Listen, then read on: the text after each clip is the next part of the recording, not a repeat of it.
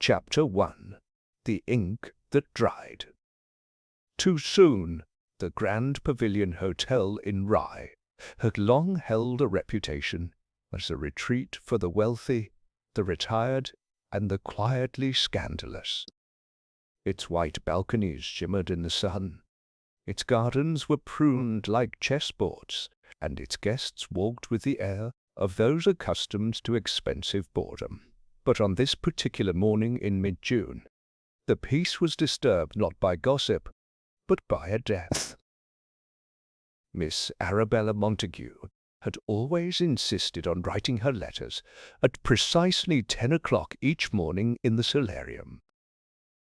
She would sit at the same wicker table, her fingers delicately wrapped around a silver fountain pen, said to have belonged to her great-uncle, a barrister of some notoriety. Her papers were cream, her ink violet, her schedule unflinching. And so it was strange indeed when, at 10:30, the hotel's junior concierge, Thomas Sims, found the solarium locked from the inside and no answer to his knocking. I thought perhaps she was asleep, he later told the police, wringing his cap in his hands. But then I looked through the window, and she was just there, sitting like always. Only her head was slumped, like she'd nodded off. But Miss Montague had not nodded off. The door was forced open by Mr. Rawley, the manager, with the aid of the gardener's spade, and what they discovered was a most curious scene. Miss Montague sat upright, one hand resting on the table, the other draped over the armrest of the chair. Her eyes were open, wide and glassy. Her mouth was slightly parted, as though she had been on the verge of speaking. In front of her lay a sheet of paper, blank, no ink.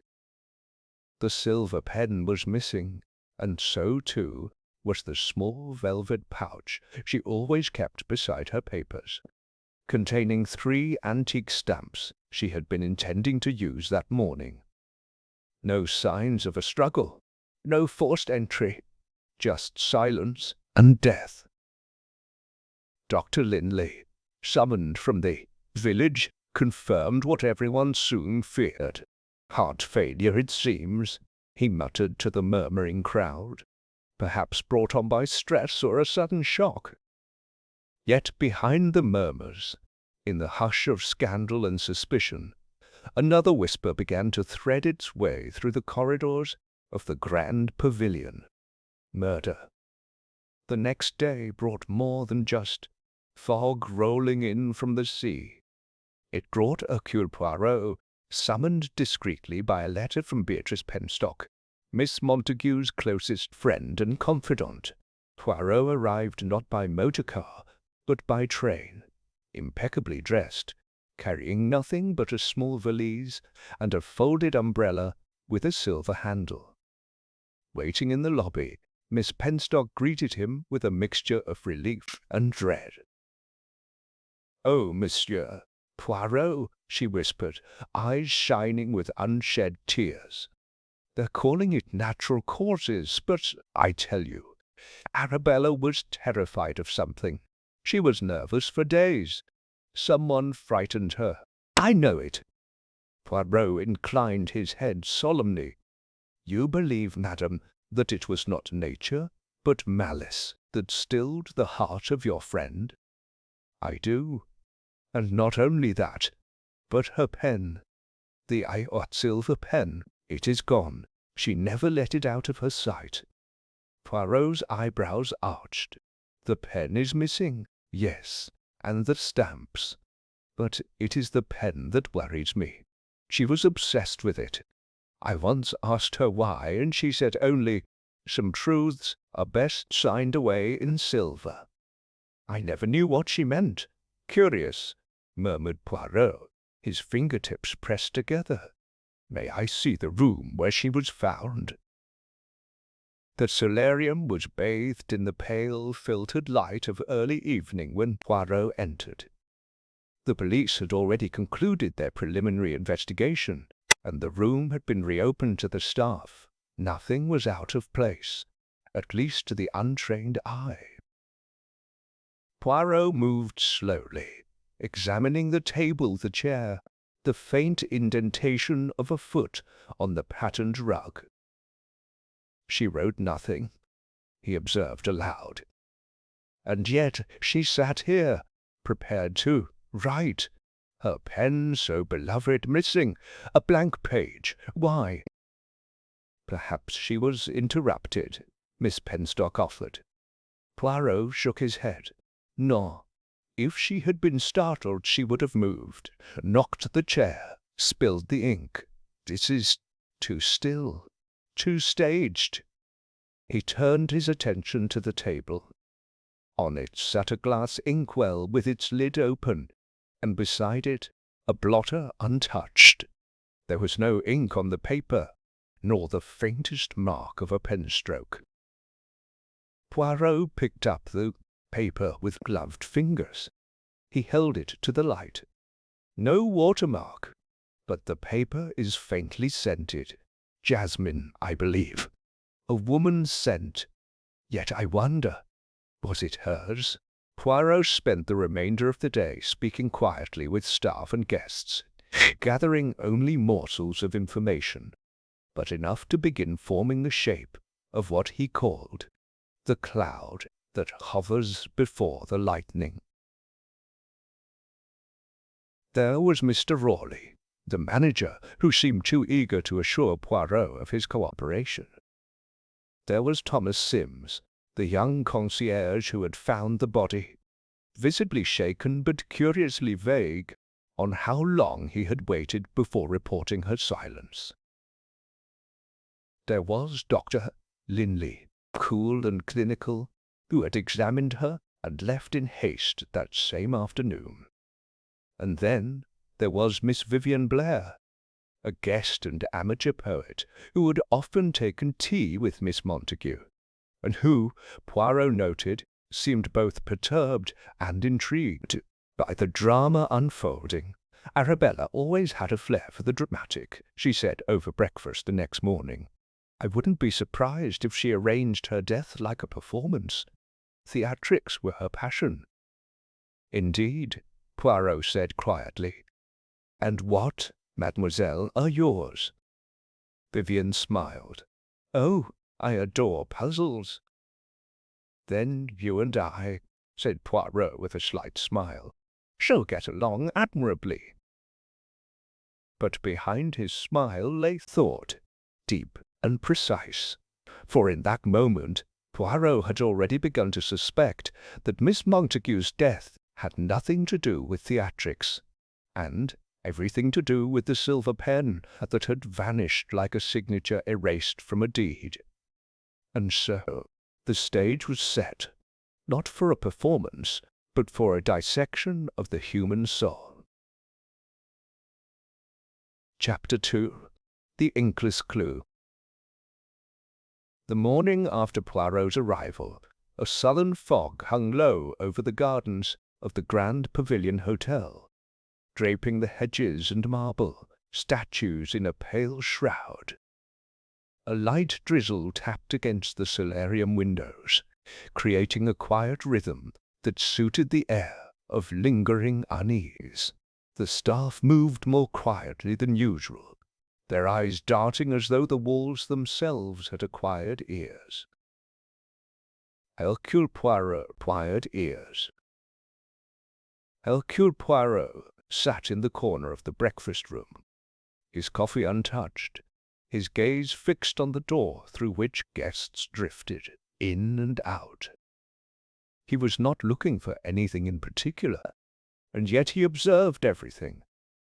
The lingering glance between Mr. Rawley and the housekeeper, the way Miss Vivian Blair lit her cigarette with trembling fingers, and the crisp manner in which Dr. Linley adjusted his cuffs before sitting down with a boiled egg he barely touched, the silver pen, the paper, the untouched ink. These were not the relics of a natural death. Poirot rose without a word and made his way once more to the solarium. The room, now reopened, had been lightly cleaned, though not scrubbed, at his insistence. Nothing had been moved. This time Poirot was joined by Inspector Barnes, a broad-shouldered man with sand-coloured hair and a cautious air. "I've reviewed the doctor's report," Barnes began as Poirot slowly walked around the room. "He's confident it was cardiac arrest. No signs of violence, no toxins found in the blood. Clean as can be." Poirot gave a small, almost pitying smile. "And yet, mon ami, the great mystery lies not in what is present, but in what is absent." Itzier frowned. "You mean the pen?" "The pen, the pouch, and perhaps most important of all, the intention. Why would a woman so methodical, so deliberate in her habits, sit at her table with paper and ink, yet not write a single word?" Barnes shifted uneasily. "Perhaps she was preparing then. Died before she could begin. No, she was ready. Look here." Poirot gestured toward the blotter. "No ink marks, not even a test stroke. You and I, we do not write with a fountain pen without priming it, eh? And the inkwell, half full, not fresh. Yet the pen is gone." Barnes folded his arms. "You think someone took it?" Poirot paused. "I think someone needed it to be gone." Later that day, Poirot requested interviews with several of the hotel staff. One by one, they arrived in the small reading lounge, which Poirot had commandeered as his temporary bureau of observation. First came the maid, Clara Hennings, a nervous woman in her early 30s, with down-turned eyes and fidgeting hands. "Miss Montague," she said, voice barely above a whisper. She was particular, had her ways, always left a half-cup of tea, said the second half was always colder and more bitter, asked for the papers to be ironed before she read them, and did she seem anxious in recent days? Clara nodded. "Oh, yes, kept checking her door was locked. Started putting the Do Not Disturb card out during the day. I even saw her jump once when I knocked. She said it was nothing, but I could tell." "Merci," Poirot said. "One final thing. Did she ever mention a letter she was planning to write?" The maid frowned. "No, but she did ask for lavender-scented envelopes to be brought up last week. And yesterday morning she asked me to clean a silver blotting case. Said she wanted everything to look perfect. Perfect. Yet the paper was blank." Next came Thomas Sims, the young concierge. He entered with visible hesitation, his cap in his hands again. Poirot gestured for him to sit. "You were the one who found her, yes?" "Yes, sir," he replied. "I saw she hadn't come down for her tea like usual, and, well, I thought I'd check. Tell me exactly what you saw." "She was sitting still, like she just stopped moving. Head down, eyes open. I knocked. Nothing. Waited a bit, maybe 5 minutes, then went to Mr. Rawley." "And you saw no one enter or leave the solarium before that?" Thomas hesitated. "No, sir. But to be fair, I'd gone to fetch the papers around 10. Wasn't watching the corridor the whole time." Poirot narrowed his eyes slightly. "And the silver pen, did you ever see it?" The young man brightened slightly. "Oh, yes. She used to keep it in a little pouch. I saw it once when she asked me to post a letter. Very fancy. Engraved, I think." "Engraved with what?" Her initials, I believe. A.M. in swirly script. Poirot leaned back. "Thank you, Monsieur Sims. You may go." As the door closed, Poirot turned and jotted something into a small leather notebook. The pen had initials. This, too, might prove important. Vanity leaves traces where malice tries to erase. That evening, Poirot joined Miss Beatrice Penstock in the lounge where she sat knitting slowly, a blanket across her knees. She was not a dramatic woman, nor a foolish one. Her grief came in composed, quiet waves. "She was writing something," Beatrice said softly. "I'm sure of it. She told me over dinner 2 nights ago that she was planning to finally settle. That dreadful business, though she never said what it was. I thought she meant her will." "Was there any family dispute? Anyone who might benefit from her silence?" Beatrice looked down. "She had a nephew, a difficult man, Ronald, the sort who never asked about her health, only about her accounts. She hadn't seen him in years, but 3 days ago he arrived here, just showed up." Poirot's eyes lit with interest. "And did he see her?" "Don't know. I only saw him from a distance. He never approached me. But she knew he was here. She asked about him at breakfast the next day." Poirot tapped the arm of the chair. "And you did not think to mention this to the police?" "I didn't think it mattered then. I didn't think she would die." As night fell and the guests retired to their rooms, Poirot remained, awake, his mind alive with threads he could not yet tie. He stood before the solarium window, watching the trees sway in the breeze, and murmured softly, "A blank page, a vanished pen, a woman afraid." He turned and smiled to himself. The murderer wrote nothing, and yet in doing so he has told me quite a lot. And with that, Poirot extinguished the lamp and let the darkness whisper. Chapter 3. Guests with locked smiles. The rain had lifted by the following morning, replaced by a cold breeze that whistled through the hedgerows of the Grand Pavilion Hotel. The weather's abrupt change had brought about a similar shift in the mood of its guests. Conversations were shorter, laughter rare, and eyes more guarded than before. Where once the halls echoed with the gentle rhythms of old money at leisure, they now carried an undercurrent of suspicion.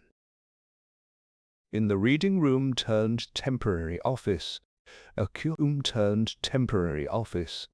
Hercule Poirot sat neatly at a mahogany desk, flanked by the day's newspapers.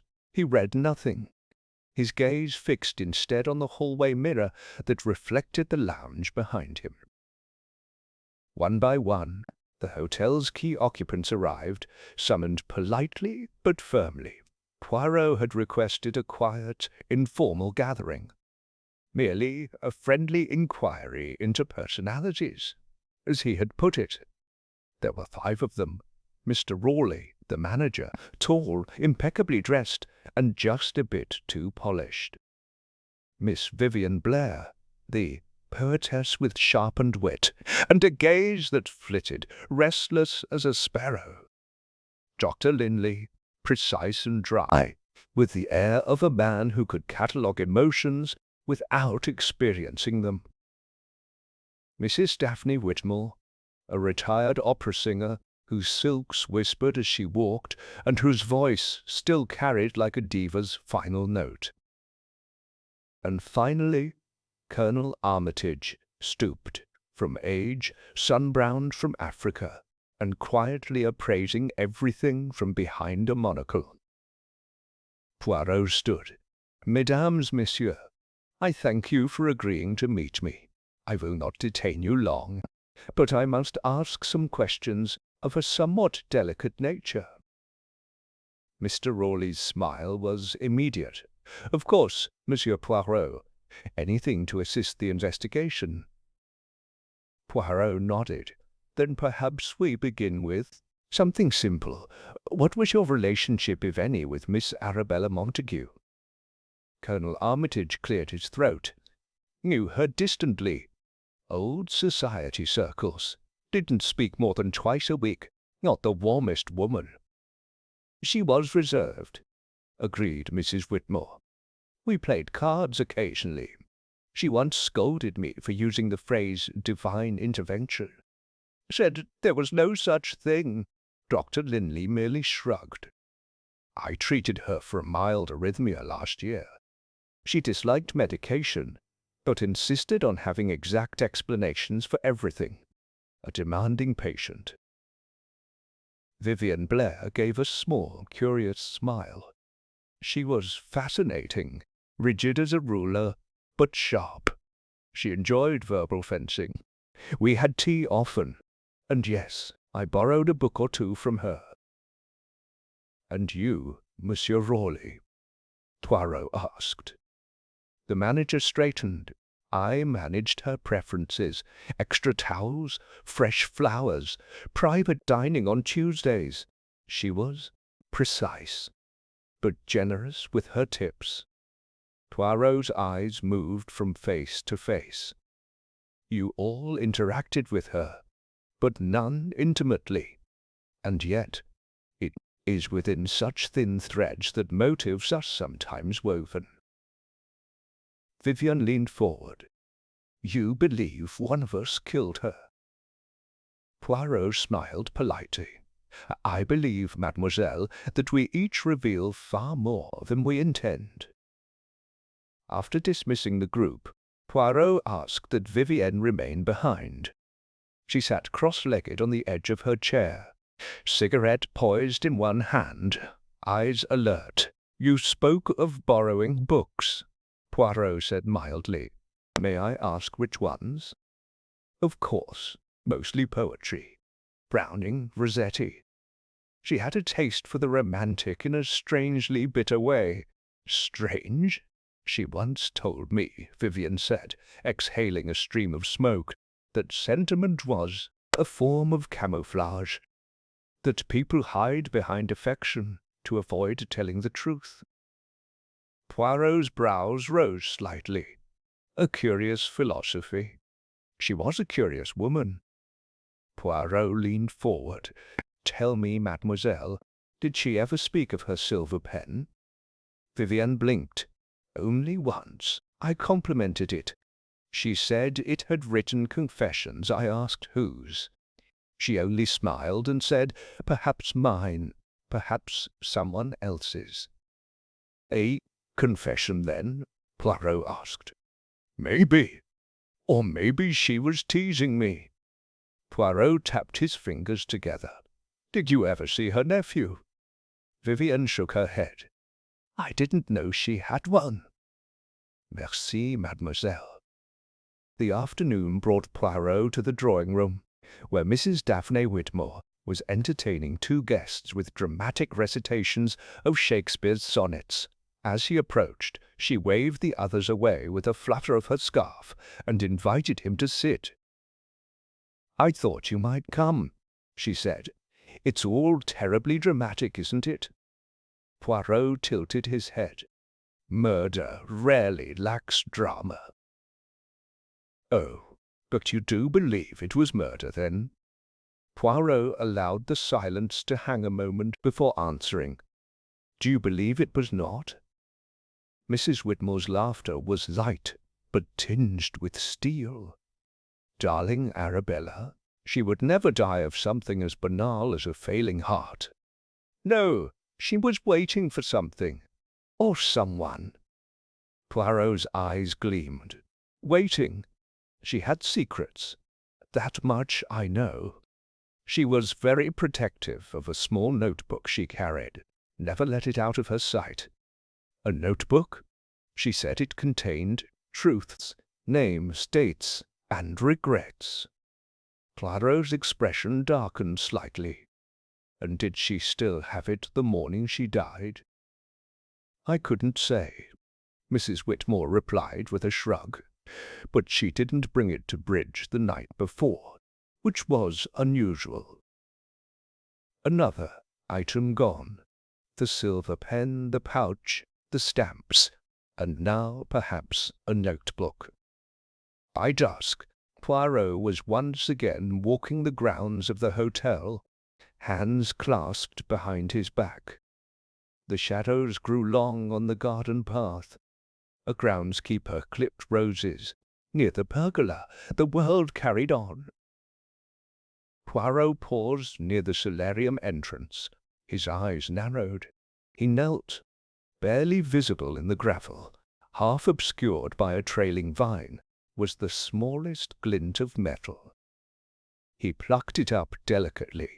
His fingers brushed away the dirt, and held it to the light. A silver nib snapped cleanly from its stem. He stared at it in silence, the wind lifting his coat-tails gently. Now, he whispered to himself, the murderer is beginning to overreach.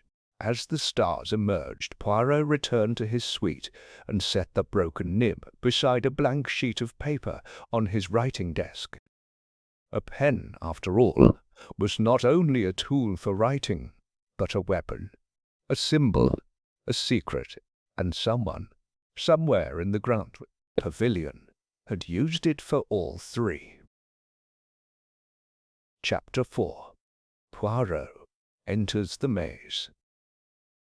The morning of Poirot's fourth day at the Grand Pavilion dawned clear and bright, but the tension within the hotel remained thick, like a thread stretched taut across the corridors.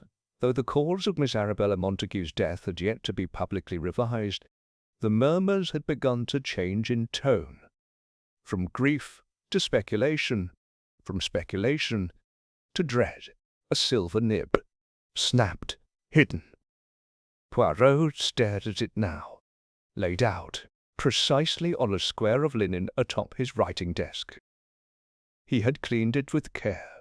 He had cleaned it with care, inspecting every curve and scratch. A clean break, not the result of age or accident. No, this was deliberate, destruction by intent. He allowed himself only a moment more of thought before rising and adjusting his cuffs. Today would not be spent in idle contemplation. Today, Hercule Poirot would walk into the maze. At precisely 10 o'clock, Poirot requested to see the room of the deceased. Beatrice Penstock, with a brittle smile and down-turned gaze, escorted him to the suite on the third floor. A modest but elegant arrangement with a sea-facing window, a walnut writing desk, and ivory wallpaper, printed with violets. "Have the police already searched the room?" Poirot asked. Beatrice nodded. Briefly. Inspector Barnes said there was nothing of interest. Her personal effects are still here, though her jewelry box is missing a brooch she wore often. I assumed it was being cleaned. Poirot raised an eyebrow. Or removed, perhaps. Beatrice stiffened. You think someone stole from her? I think, Poirot said gently, that the truth always hides where pride and memory collide. He turned toward the writing desk. On its surface were several things: an unlit brass lamp, a pressed flower under glass, a small silver picture frame containing a faded photograph of a man in barrister's robes, presumably her great-uncle, and a porcelain tray holding a bottle of perfume, a paper knife, and a small antique key.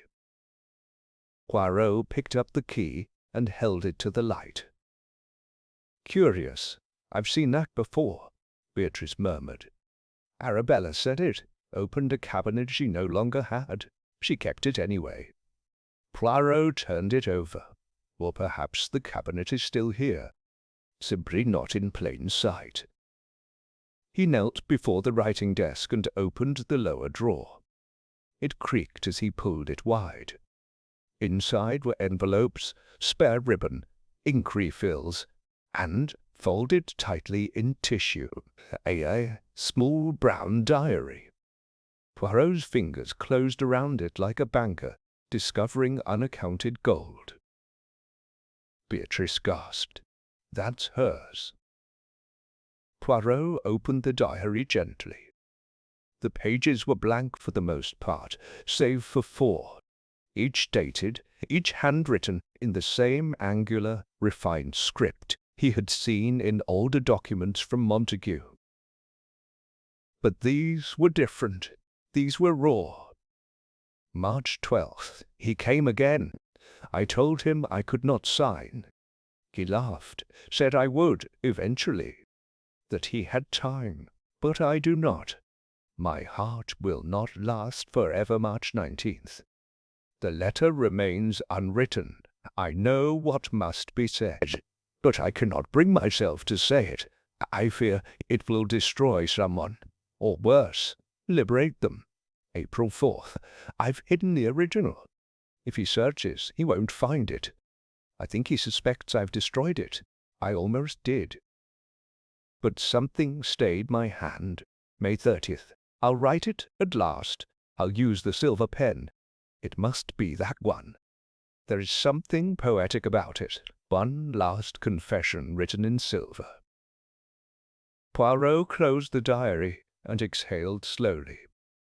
So, she was going to write a letter, perhaps a confession, and she planned to use the pen. Beatrice's face had paled, but then she never did. Or never had the chance. Poirot descended to the drawing-room and found Inspector Barnes speaking quietly with Mr. Rawley near the reception desk. He waited patiently for them to finish, then motioned for Barnes to walk with him toward the conservatory. "There is more to this than a sudden heart failure," Poirot began, lowering his voice as the sunlight filtered through the palms. Miss Montague was under duress. She feared a man, likely her nephew, Ronald. She intended to write something damning. That document, I believe, was the target of someone's desperation. Barnes crossed his arms. And the pen, not a mere trinket, a vessel for intent. She wished to write this message with a particular instrument. Its theft was not arbitrary. It was meant to prevent something from being written. Barnes frowned. But if she never wrote it, what are they afraid of now? Poirot gave him a look. Because they do not know if she did, or where it may be. The next conversation was with Mr. Rawley, who received Poirot in his office with customary charm. The space was lined with polished wood, a collection of Art Deco clocks, and an impressive liquor cabinet behind a mirrored panel. "You have questions, Monsieur Poirot?" Poirot nodded. "Your guest registry. I understand Ronald Montague stayed here recently." Mr. Rawley gave a tight smile. "Ah, yes, he checked in under the name R. Meredith. We were not informed of the relation until later. And where is he now?" "He checked out the afternoon of Miss Montague's death." Poirot's eyes sharpened. "And no one questioned that." Rawley cleared his throat. Inspector Barnes had not yet deemed it suspicious. Ronald seemed shaken. Said he was leaving to arrange travel for his aunt's remains. Poirot leaned in slightly. "Would you say he seemed grieved or afraid?"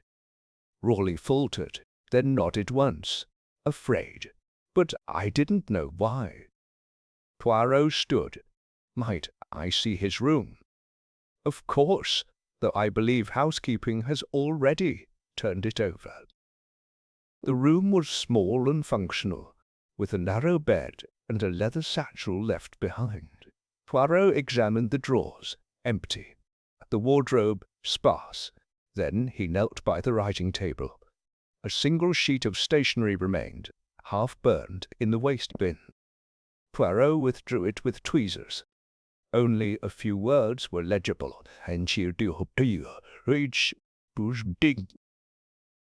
"We'll find it," she always said, nothing more.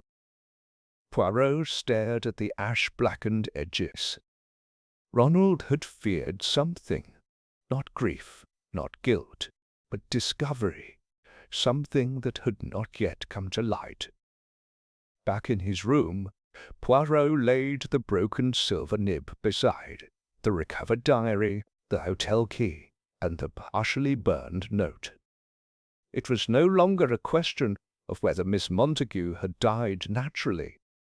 It was now a question of which truth she had died trying to write, and who was still willing to kill to ensure the truth remained unwritten. Chapter 5. The Smile. Beneath the surface, the midday sun gleamed across the manicured lawns of the grand pavilion, casting long shadows from the wrought-iron benches and towering white rose bushes.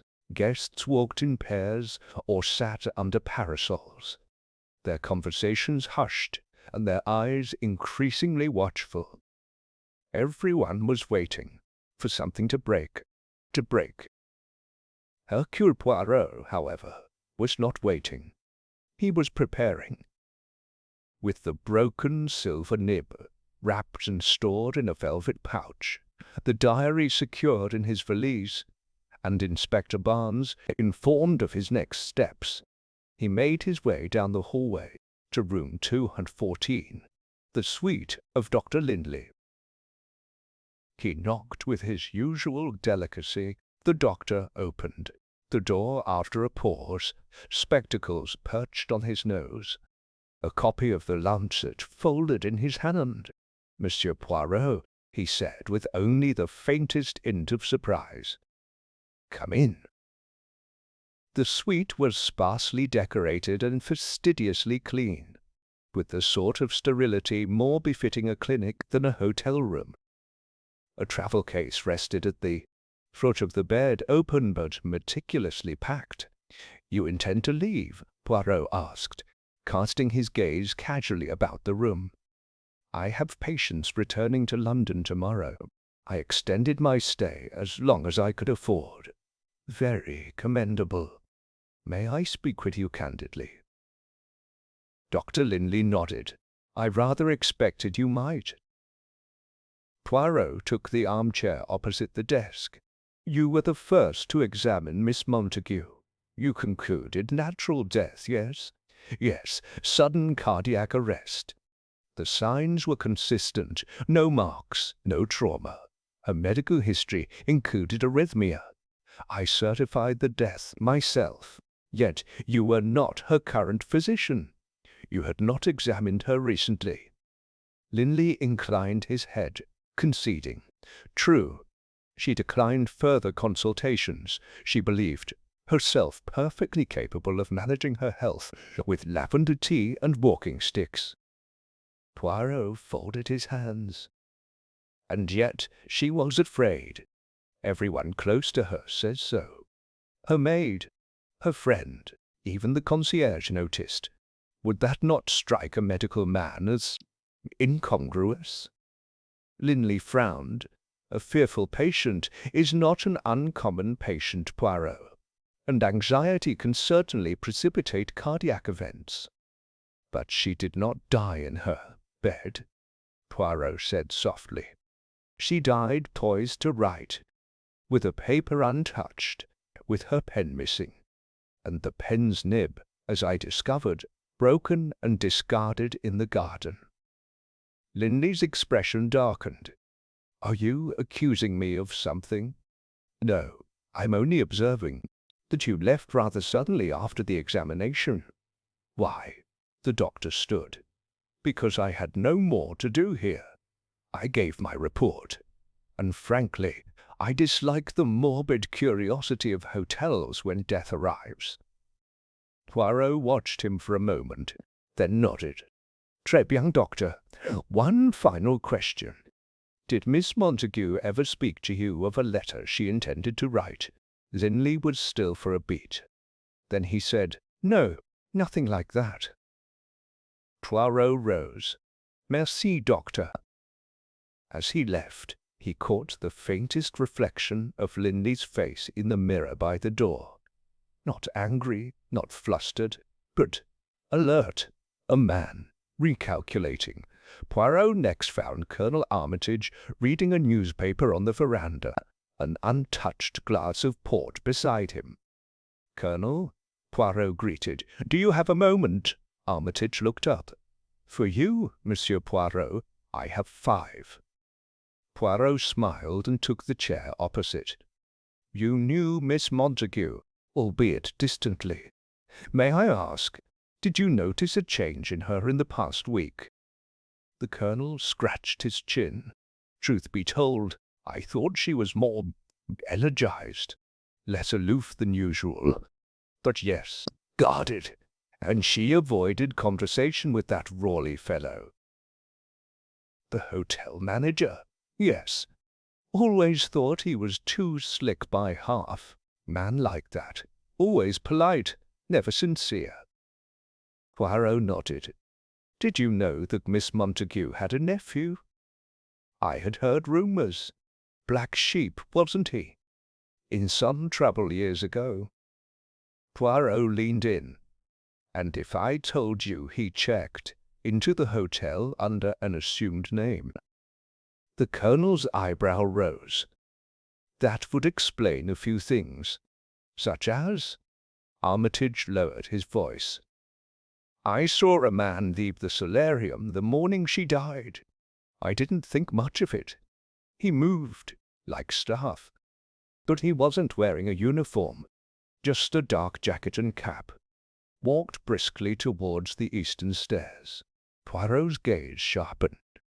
You did not mention this before. I didn't know it was important. Thought maybe he was delivering something. But if it was the nephew, well... Poirot stood. Thank you, Colonel. You have given me something most valuable. An answer, no, Poirot replied with a glint in his eye. A better question. He returned to the solarium, now silent and cold in the afternoon light. Poirot moved with care, retracing each footstep he had taken the day before, each angle of vision, each possible approach. The eastern stairwell, the one the colonel had mentioned, opened directly into the corridor leading toward the garden. Two would be possible, easy even, for someone to slip out unseen. And just beside the stairs, tucked in a shadowed alcove, stood a small cabinet. Poirot tried the handle. Locked. He reached into his pocket and removed the tiny antique key from Miss Montague's desk. It slid in perfectly. The cabinet creaked open. Inside were papers, dozens of them, tied together with red ribbon. Legal forms, letters, and most curious of all, a yellowed envelope addressed to R. Montague, to be opened in extremis. Poirot removed the envelope carefully and opened it. Inside was a single-page document, written in Arabella Montague's hand. Ronald, if you are reading this, then either I have died, or you have forced me to act against my better judgment. I know what you are. I know what you did. You will not inherit 1 cent of my estate. I have rewritten the will, and it has been deposited with my solicitor. This letter is not a threat. It is a truth. I pray you seek redemption, though I fear it is beyond you. A.M. Poirot exhaled, the paper trembling faintly in his grasp. A motive now emerged. Not suspicion, not theory, but something solid. Ronald had every reason to prevent that rewritten will from taking effect. And Poirot suspected the original silver pen, the one she intended to use to finalize that very revision, had become both the symbol and the instrument of her silencing. As he returned to his suite, Poirot encountered Vivienne Blair in the hallway. She smiled. "Still chasing shadows, Monsieur Poirot?" He looked at her, long, calmly. "No, mademoiselle," he said. "The shadows are beginning to come toward me." And as he stepped into his room and locked the door behind him, he knew the next step was no longer speculation. It was confrontation, and the game had already begun. Chapter 6 Chapter 6 A Signature in the Dust. The wind howled along the edge of the cliffs that framed the grand pavilion, rattling the windows and sending whitecaps spinning over the distant sea. Inside, warmth persisted, in hearths, in parlour chatter, and in the cautious smiles guests offered one another as they passed in the corridors. But the warmth was no longer comfortable. It was tight, claustrophobic. The storm gathering outside was nothing compared to the one Hercule Poirot was quietly orchestrating within. After securing the letter he had discovered in the cabinet, the damning note written by Arabella to her nephew Ronald, Poirot now possessed motive, fear, and opportunity. But still, one crucial element eluded him: proof of intent. A plan carried out, not merely feared, and in Poirot's experience, murderers, especially those of weak moral fibre, often overplayed their hands when they believed the danger had passed. That morning, Poirot took breakfast alone, choosing a small table in the corner of the dining room from which he could observe the flow of the hotel. His eyes flicked discreetly toward the reception desk, where Mr. Rawley greeted each guest with mechanical charm. Poirot noted it. A slight pause when speaking to Vivienne Blair, a stiffness in his left shoulder, and a tendency to glance toward the eastern stairwell, the same one Colonel Armitage had mentioned the previous day. Too many nerves, not enough guilt, Poirot thought. Moments later, he was joined at the table by Inspector Barnes, who entered the room with his overcoat draped over one arm and the faint scent of tobacco clinging to him. "Well?" Barnes asked, leaning forward. "You've been collecting clues like feathers in a hat. What are we circling?" Poirot dabbed at his mouth with his napkin. "We are circling a signature, my friend." "Of what?" Poirot leaned in slightly. "Every crime bears one. A mark left not out of necessity, but character. A flourish, a trace of the killer's psychology." Miss Montague was silenced, but the pen used to write her final thoughts was broken, discarded. The act was not only functional, it was emotional. "You're saying the murderer didn't just act to conceal. He acted out of anger." "Precisely. And perhaps fear." Barnes glanced around. "And the nephew?" "Ah, Monsieur Ronald Montague," Poirot said, lowering his voice. "The young man who checked in under a false name, left abruptly after his aunt's death, and stands to inherit nothing if her final testament is enacted." Barnes frowned. "You've got motive and a shaky alibi, but no witness, no confession, and no pen." Poirot smiled faintly. "Yes, but I believe I shall have all three soon." Mid-morning brought a surprise. A letter addressed to Poirot was slipped discreetly under his suite door. The handwriting was careful, almost forced with unnatural loops. He opened it slowly. "Monsieur Poirot, you do not know what you are meddling in. Arabella was not what she seemed. She ruined lives, mine included. Let the dead rest. If you continue, I cannot guarantee your safety. A friend." Poirot studied the letter for a full minute. Then he tucked it carefully into his jacket pocket, adjusted his cuffs, and rang for the concierge. Thomas Sims arrived promptly. "Thomas," Poirot said with a warm smile, "I wonder, could you tell me who was on desk duty when this was delivered?" Thomas blinked. "No one delivered anything, sir. I've been here all morning." "You are certain?" "Yes, sir." Poirot nodded. "Then it was slipped under my door by someone already within the hotel." Thomas shifted nervously. "Is it dangerous?" Poirot gave a small shrug. "Only to the guilty." With the warning letter in hand, Poirot made his way to the drawing-room, where Mrs. Daphne Whitmore sat leafing through an old musical score. She looked up and gave a wistful smile. "You look like a man with secrets," she said. Poirot chuckled. "Ah, madame, I am a man who merely listens to the secrets of others." She raised an eyebrow. "And what have you heard today?" Poirot studied her face. "That someone has begun to fear I am getting too close." Mrs. Whitmore's expression did not change, but her fingers tightened on the edge of the music sheet.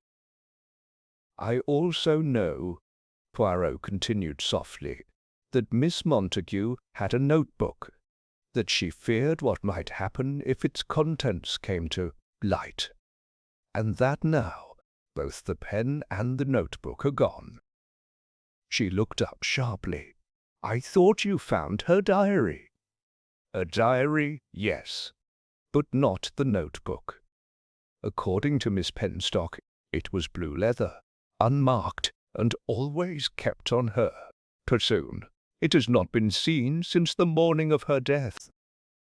For the first time, Mrs. Whitmore looked unsettled. "You think it was taken?" "I know it was, but I do not yet know by whom." That afternoon, Poirot found Vivian Blair alone on the back lawn, her notebook in hand, her fingers idly tracing spirals across an empty page. "You do not write today?" Poirot asked, approaching gently. "I can't seem to," she said. "Everything feels off." He watched her carefully. "And yet you seem more at ease than yesterday." She didn't reply at first. Then quietly, "Sometimes the worst thing isn't the truth. It's when no one believes it." "Ah," Poirot said. "That sounds as though it comes from experience." Vivian looked at him, expression unreadable. People underestimate how easy it is to mislead themselves, especially when guilt is involved. Poirot nodded. "You seem to know a great deal about guilt, mademoiselle." "Only its weight." Hugh studied her a moment longer, then said gently, "If there is anything you wish to tell me, now would be the time." She hesitated. "If I had something to tell you, Monsieur Poirot, it wouldn't be to protect myself. It would be to protect someone else." And with that, she rose and walked away, leaving Poirot alone with the breeze and the words she hadn't said.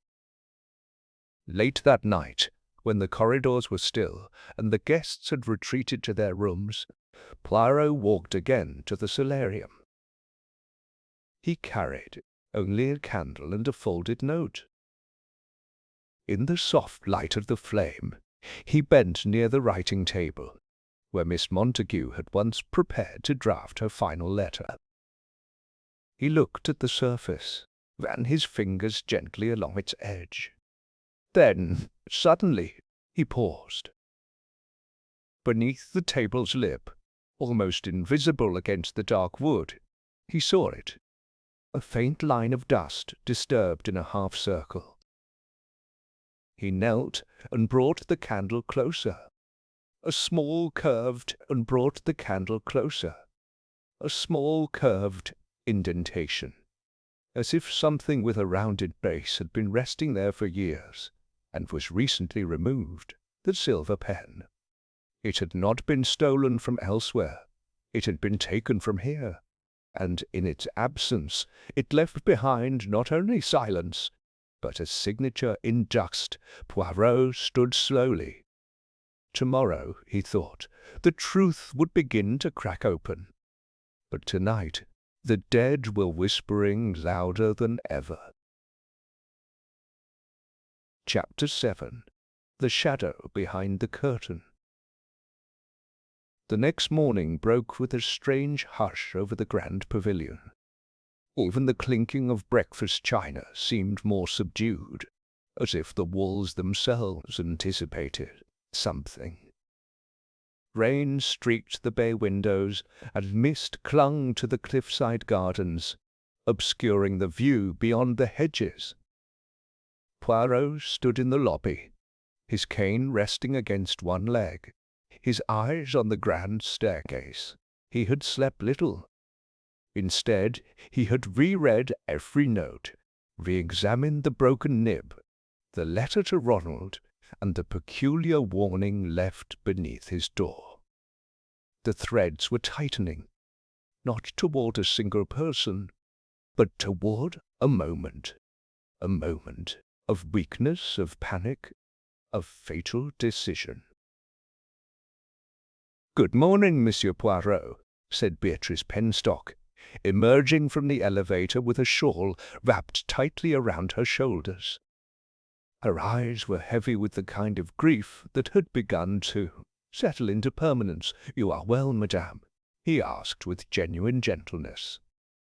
"As well as one can be," she replied. "It's the waiting I can't stand. I feel something dreadful still hangs over us." Poirot nodded solemnly. "Indeed, the storm has not passed. Not yet." They spoke little else. But as she walked away, Poirot watched her with narrowed eyes, not out of suspicion, but concern.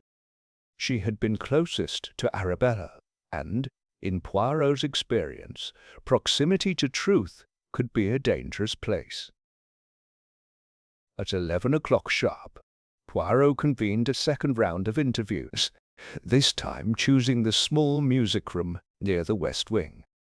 The acoustics were sharp there. He would hear every nuance, every stammer. He began with Mr. Rawley. The hotel manager entered crisply, his demeanor more clipped than before. "Let me guess," he said, trying for charm. "Another round of psychological chess?" Poirot gave a tight smile. "A final game, perhaps?" "Sit, monsieur." Rawley did. "Tell me," Poirot began, "how long have you worked at the Grand Pavilion?" 4 years, Rawley replied.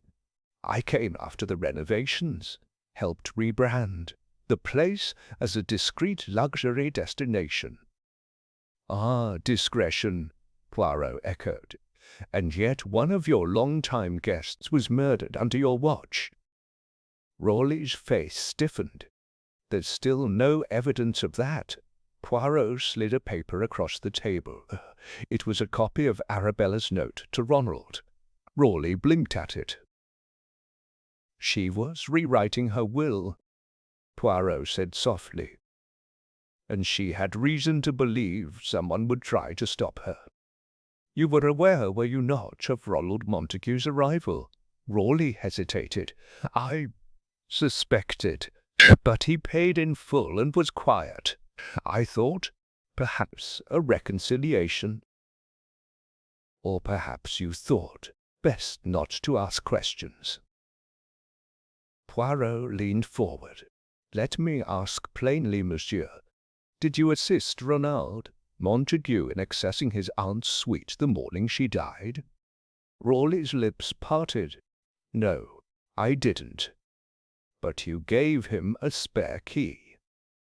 Rawleigh's silence lasted 2 full seconds. Then, I was told he was her nephew, that she'd summoned him. I assumed, wrongly perhaps, that she'd allowed it. Poirot nodded slowly. That will be all for now. Next came Vivian Blair.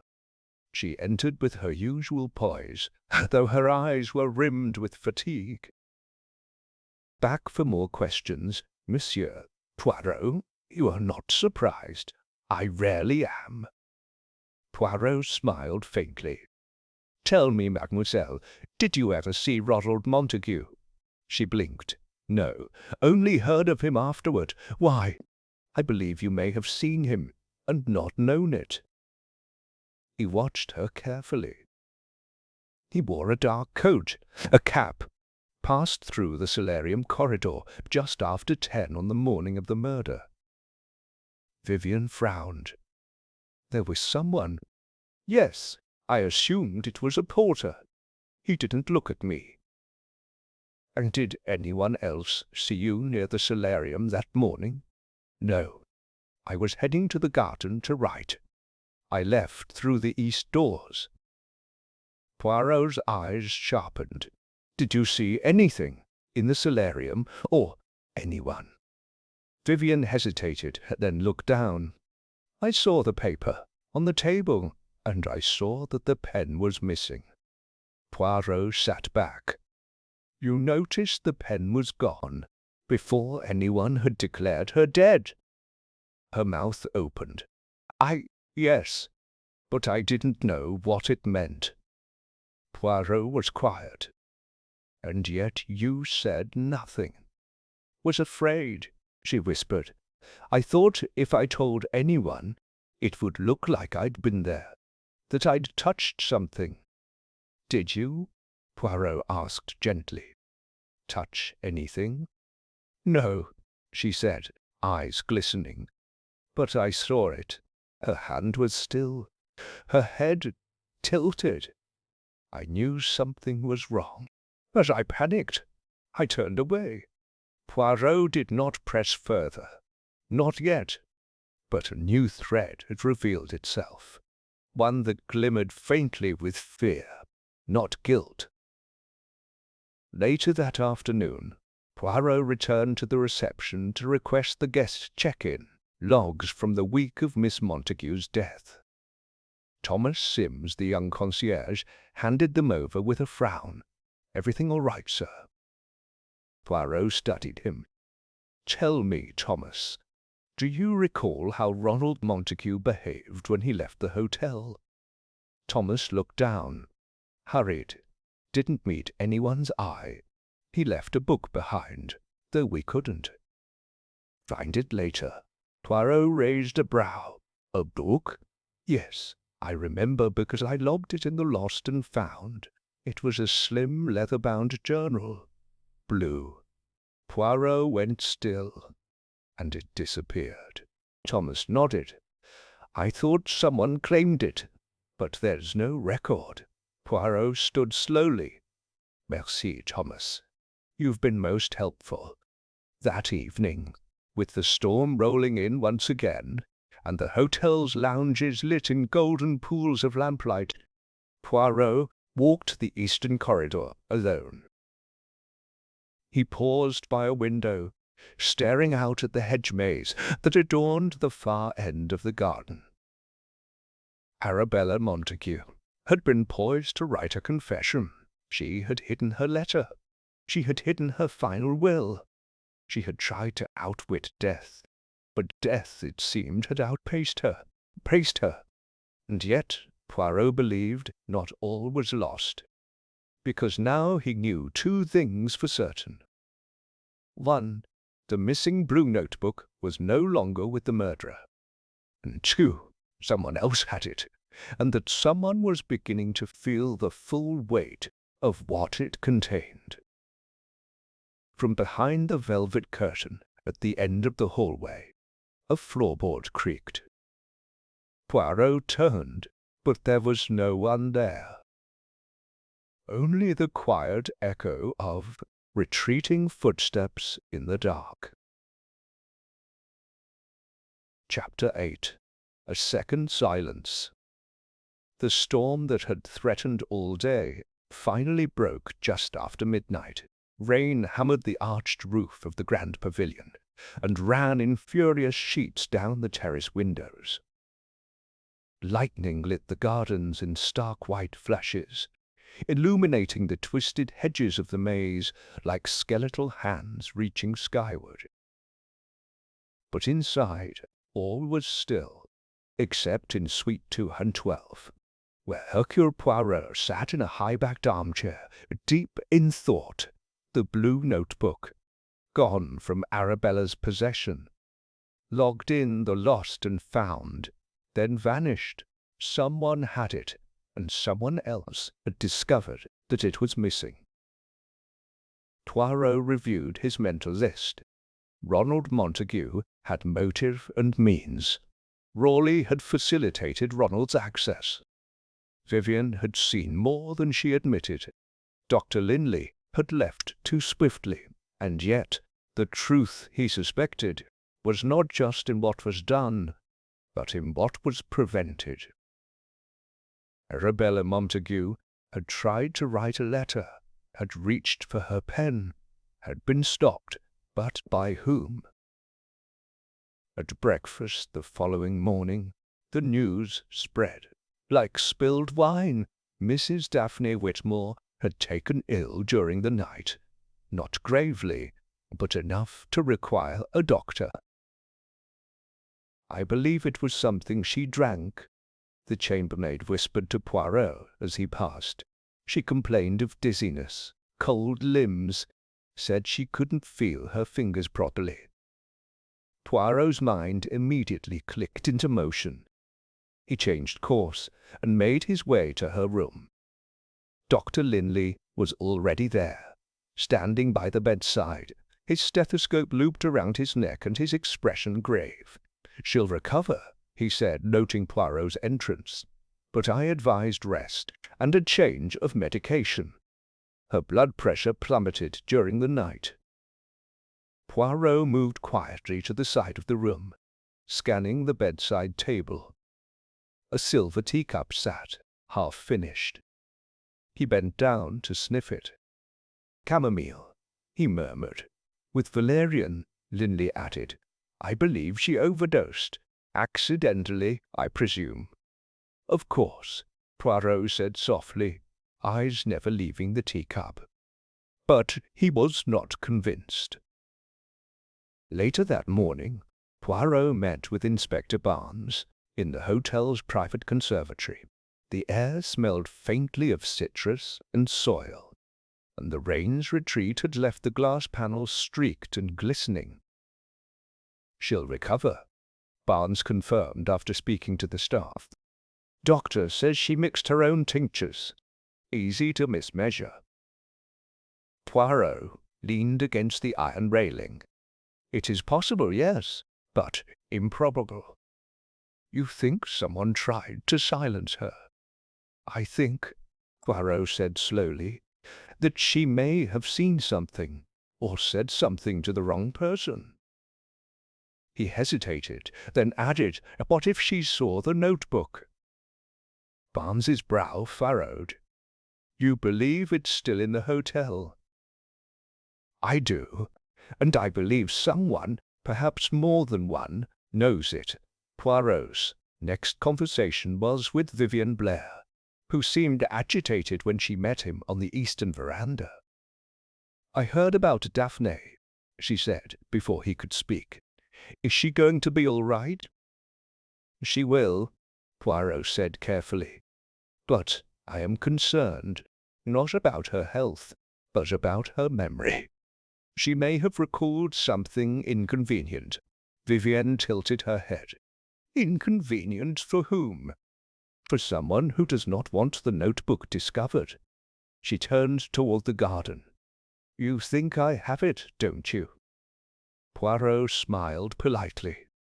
"If you do, mademoiselle, it would be far wiser to give it to me now than to wait for someone else to find out." She said nothing for a long time. Then, "I don't have it." Poirot believed her, but she knew more than she was saying, and time was running short. At noon, Poirot asked to see Beatrice Penstock. She met him in the library, surrounded by the quiet rustle of pages and the lingering scent of ink and dust. "You've known Arabella for decades," Poirot said gently. "If she had something important, something dangerous, where would she hide it?" Beatrice clasped her hands. "Arabella didn't trust safes. She said hiding something in plain sight was the best way to keep it." Poirot looked around the room. Shelves of books, first editions, nothing overtly personal. "Did she read much?" he asked. "Not as much as she collected. She liked the idea of books more than the stories inside them." Poirot rose and approached one of the shelves. His eyes danced across the titles. Then he stopped. A slim leather volume. No dust on the spine. He pulled it out. It was a hollow book. Inside, nothing, empty, but the hiding place had been used. "Someone beat me to it," Poirot said quietly. Beatrice stood beside him. "Arabella told me once that a secret is safest in the mouth of a liar." Poirot's gaze sharpened. "And who was the best liar she knew?" Beatrice hesitated. "Her nephew." Poirot found Colonel Armitage in the lounge, playing chess with himself. "Colonel," he said, lowering his voice, "have you seen a young man, perhaps in his 30s, dark hair, sharp features, lurking around the service corridors or gardens in the past 2 days?" Armitage frowned. "No one of the sort, but I did find something strange yesterday." He opened a side drawer of the chess table and pulled out a folded slip of paper. "A housekeeper found it in the hedge maze," he said. "Wasn't addressed to anyone." Poirot opened it. "It was never supposed to be found. Burn it. No signature. No explanation." "But the writing." Poirot narrowed his eyes. It was feminine, rushed. The same handwriting, he now realized, that had penned the warning letter slipped under his door. Not Ronald. Someone else.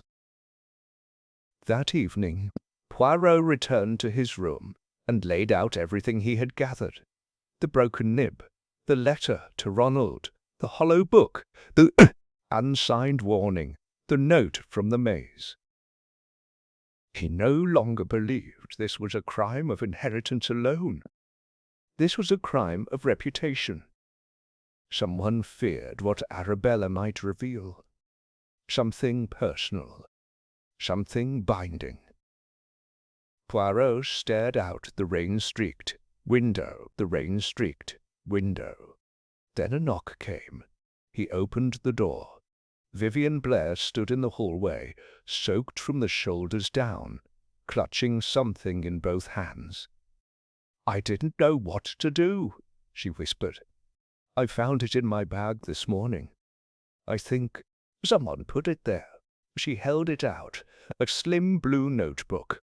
Poirot took it, his hands steady despite the storm behind his eyes. "Did you read it?" he asked. Vivian shook her head. "No, I was afraid to."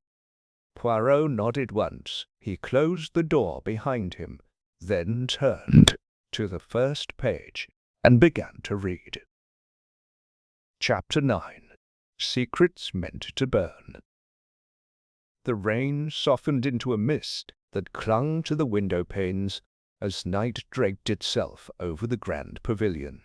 Inside Suite 212, Hercule Poirot sat at his writing desk, the lamp casting a warm, golden circle around him.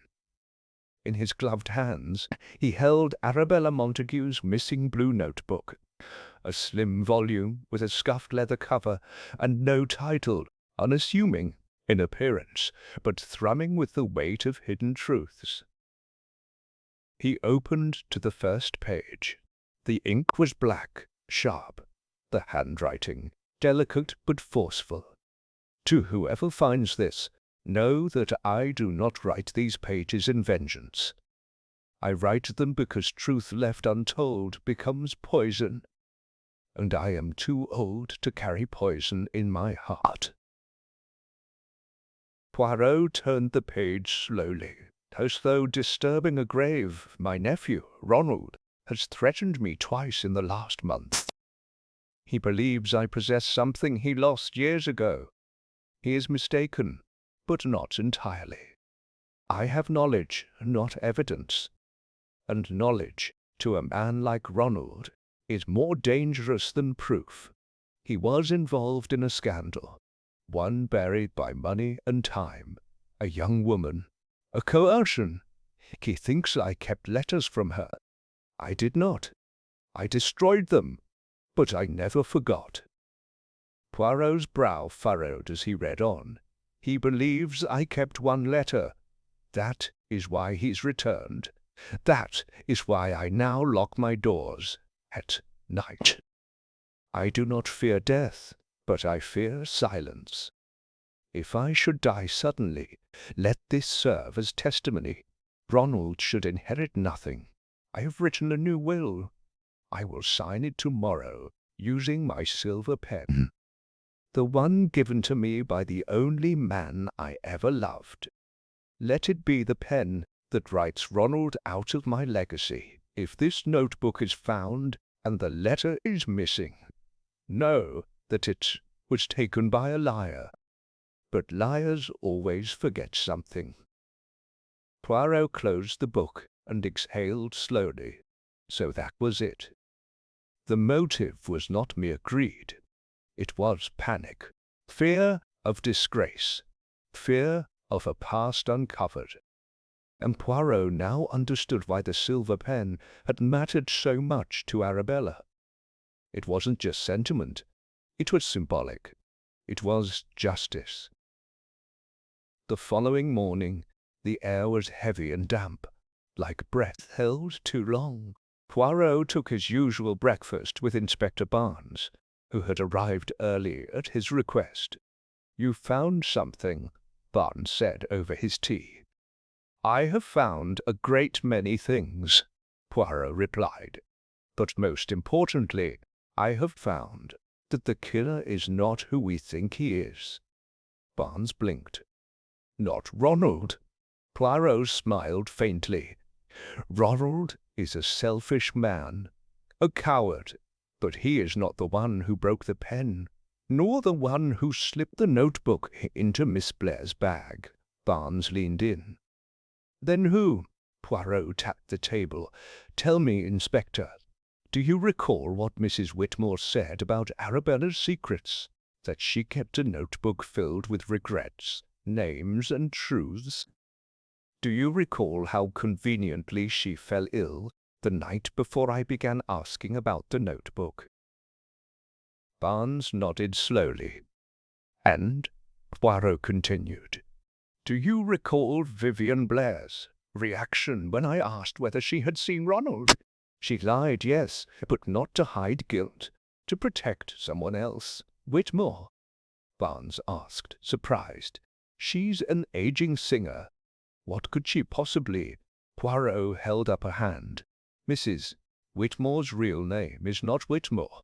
It is Daphne Verrier. She changed it after her husband was disgraced. His political career ruined after a scandal involving a woman barely of age." Barnes sat back, stunned. "Arabella knew," Poirot said. "They had been friends long before the hotel.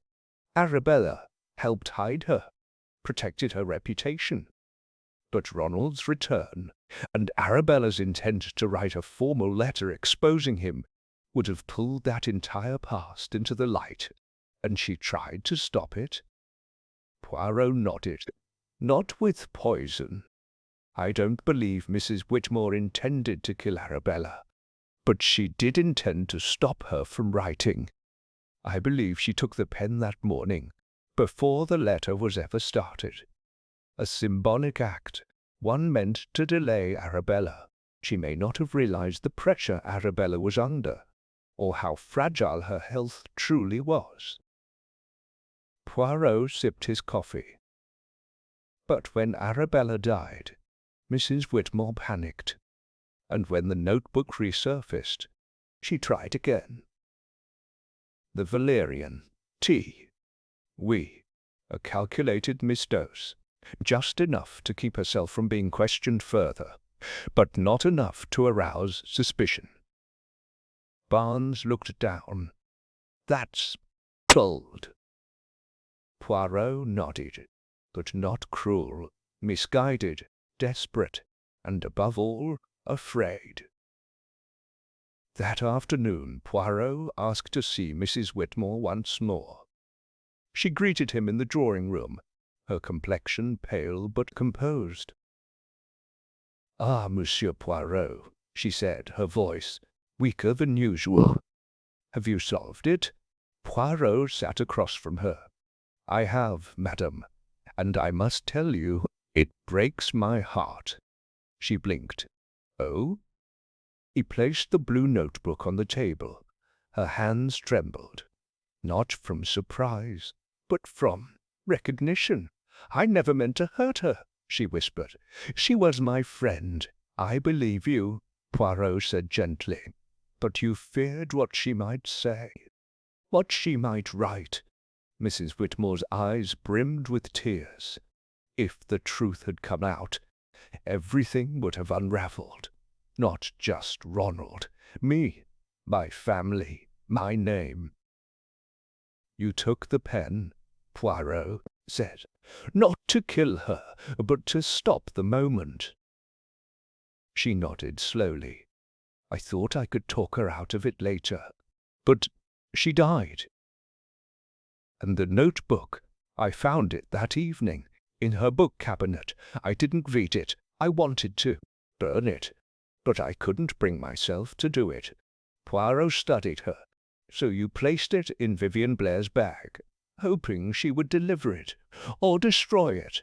She smiled faintly. "I didn't know which. I just couldn't hold it any more." Poirot sat in silence a long moment. Then he rose. "I will not turn you over to the police, madame. Not yet, but I will give this to Inspector Barnes, and he will decide." Mrs. Whitmore nodded. "That's fair." As the sun set, Poirot returned to his suite. He stood before the window, watching gulls rise in slow circles above the waves. He had seen many crimes in his life, but this one was different. It was not born of hatred or even greed. It was born of fear, of silence, of what is never said until it is too late, and yet even silence in the end leaves a mark, just like ink, just like the silver pen. Chapter 10. The Name Not Written. The wind that had raged along the coast the previous night had quieted by morning. A pale sun broke through the clouds over the grand pavilion, dappling the rose gardens in shimmering light. Birds returned to their branches, staff resumed their usual rhythms, and the guests, sensing the shift in the air, began to speak once more in normal tones, though with one ear still turned toward every whisper. Inside the hotel, Hercule Poirot moved as he always did, measured, deliberate, serene. But beneath that serene surface, the little grey cells were working furiously. Something remained unresolved. Yes, Mrs. Whitmore had confessed to removing the pen, and yes, her motives, rooted in fear and buried secrets, were deeply human. But Poirot had not declared the case closed. Not yet, because something still pressed against the edges of his thoughts. A question, not who had taken the pen, but who had used it. He returned once more to Arabella Montague's suite. The room had been untouched since the police's initial pass, and Inspector Barnes had given him permission to search again. Poirot entered alone. He stood in silence. He let the space speak to him. The writing desk, the chair, the window with the view of the sea, all familiar now. Yet it was not the obvious things that Poirot sought.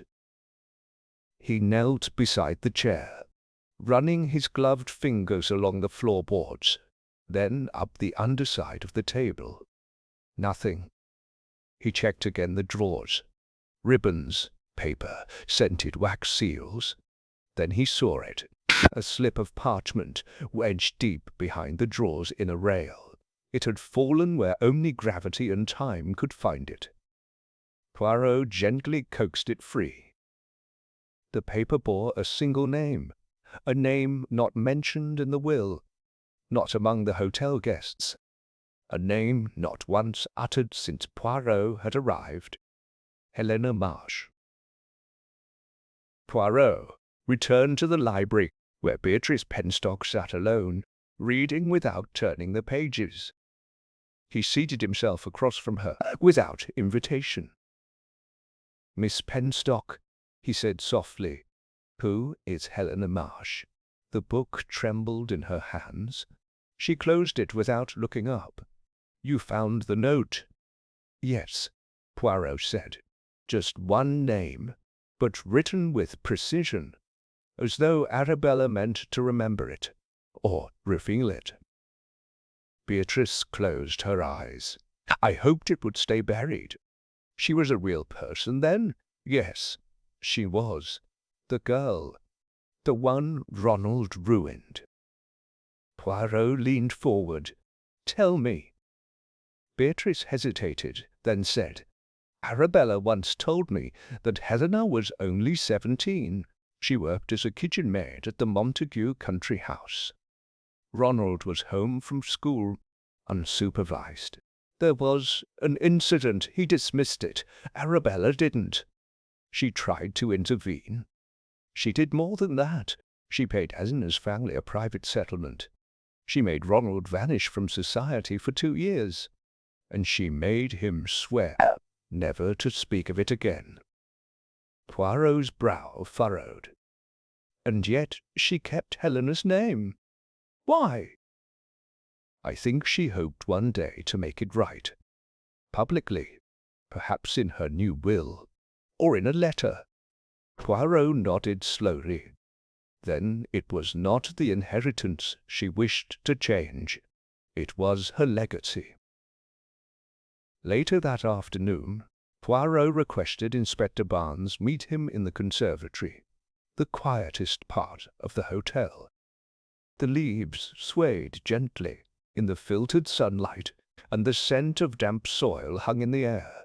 "She protected that girl's name," Poirot said, "all these years, and yet, in her final days, she chose to write it again." Barnes frowned. "You think someone discovered that?" "I believe someone feared she might expose the past. Formally, legally. That fear led not only to the theft of the pen, but perhaps something worse." Barnes hesitated. "You're not saying Mrs. Whitmore lied about it all?" "No. I believe she told the truth as she knew it. But there is one detail she never could have provided." Poirot pulled a folded handkerchief from his breast pocket.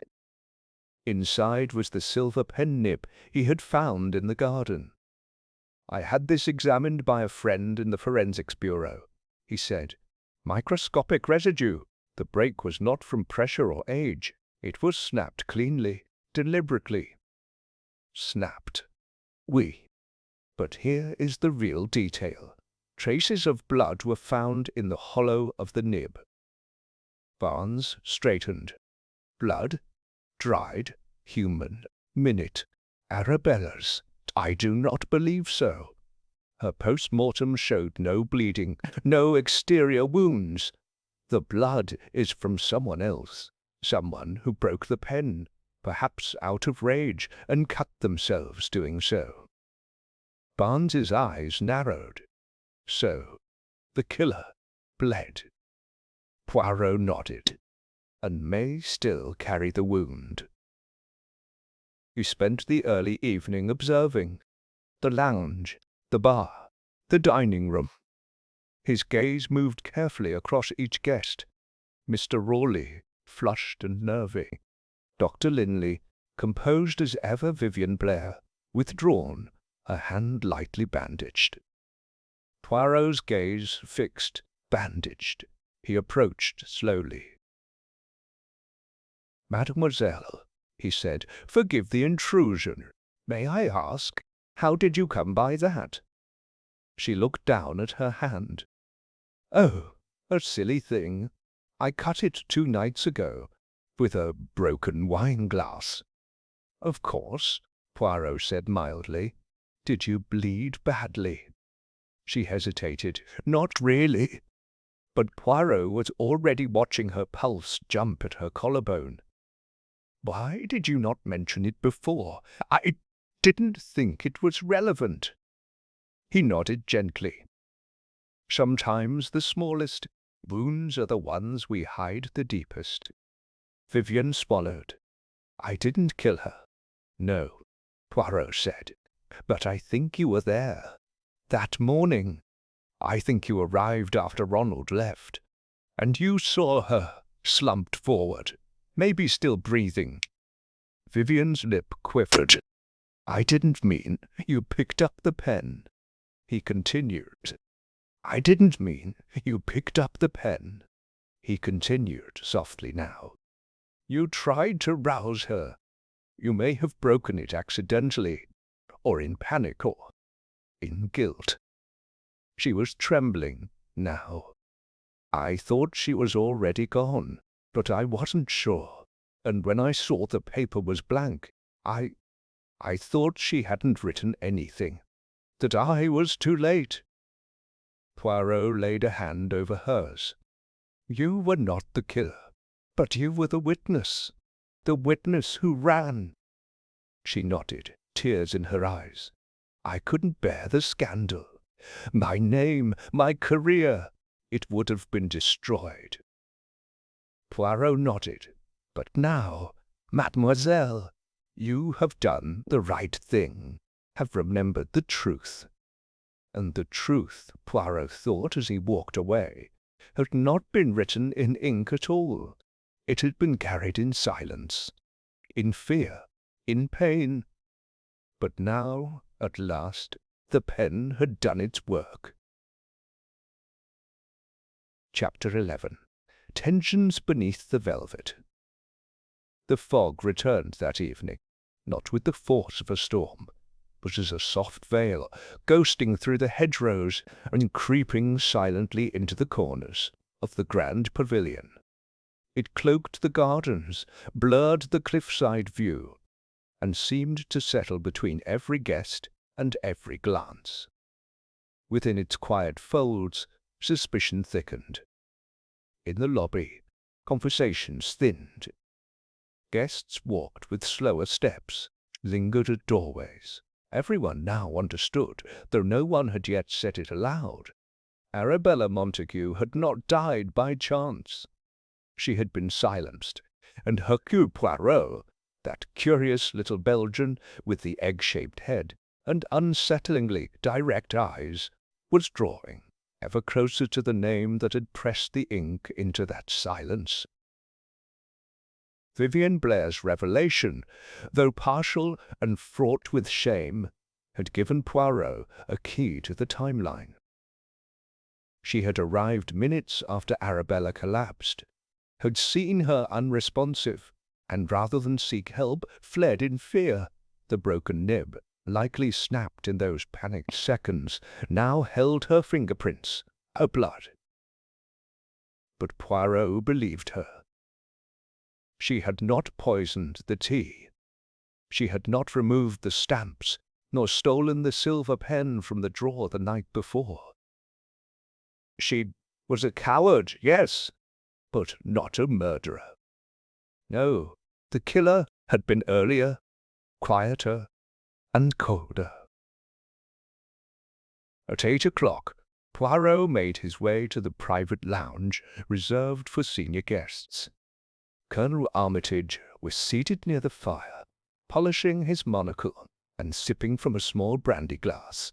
Across from him sat Dr. Linley, reading a medical journal, his legs crossed neatly. Poirot greeted them both with a nod. "I wonder, gentlemen, if you might indulge me in a brief reflection."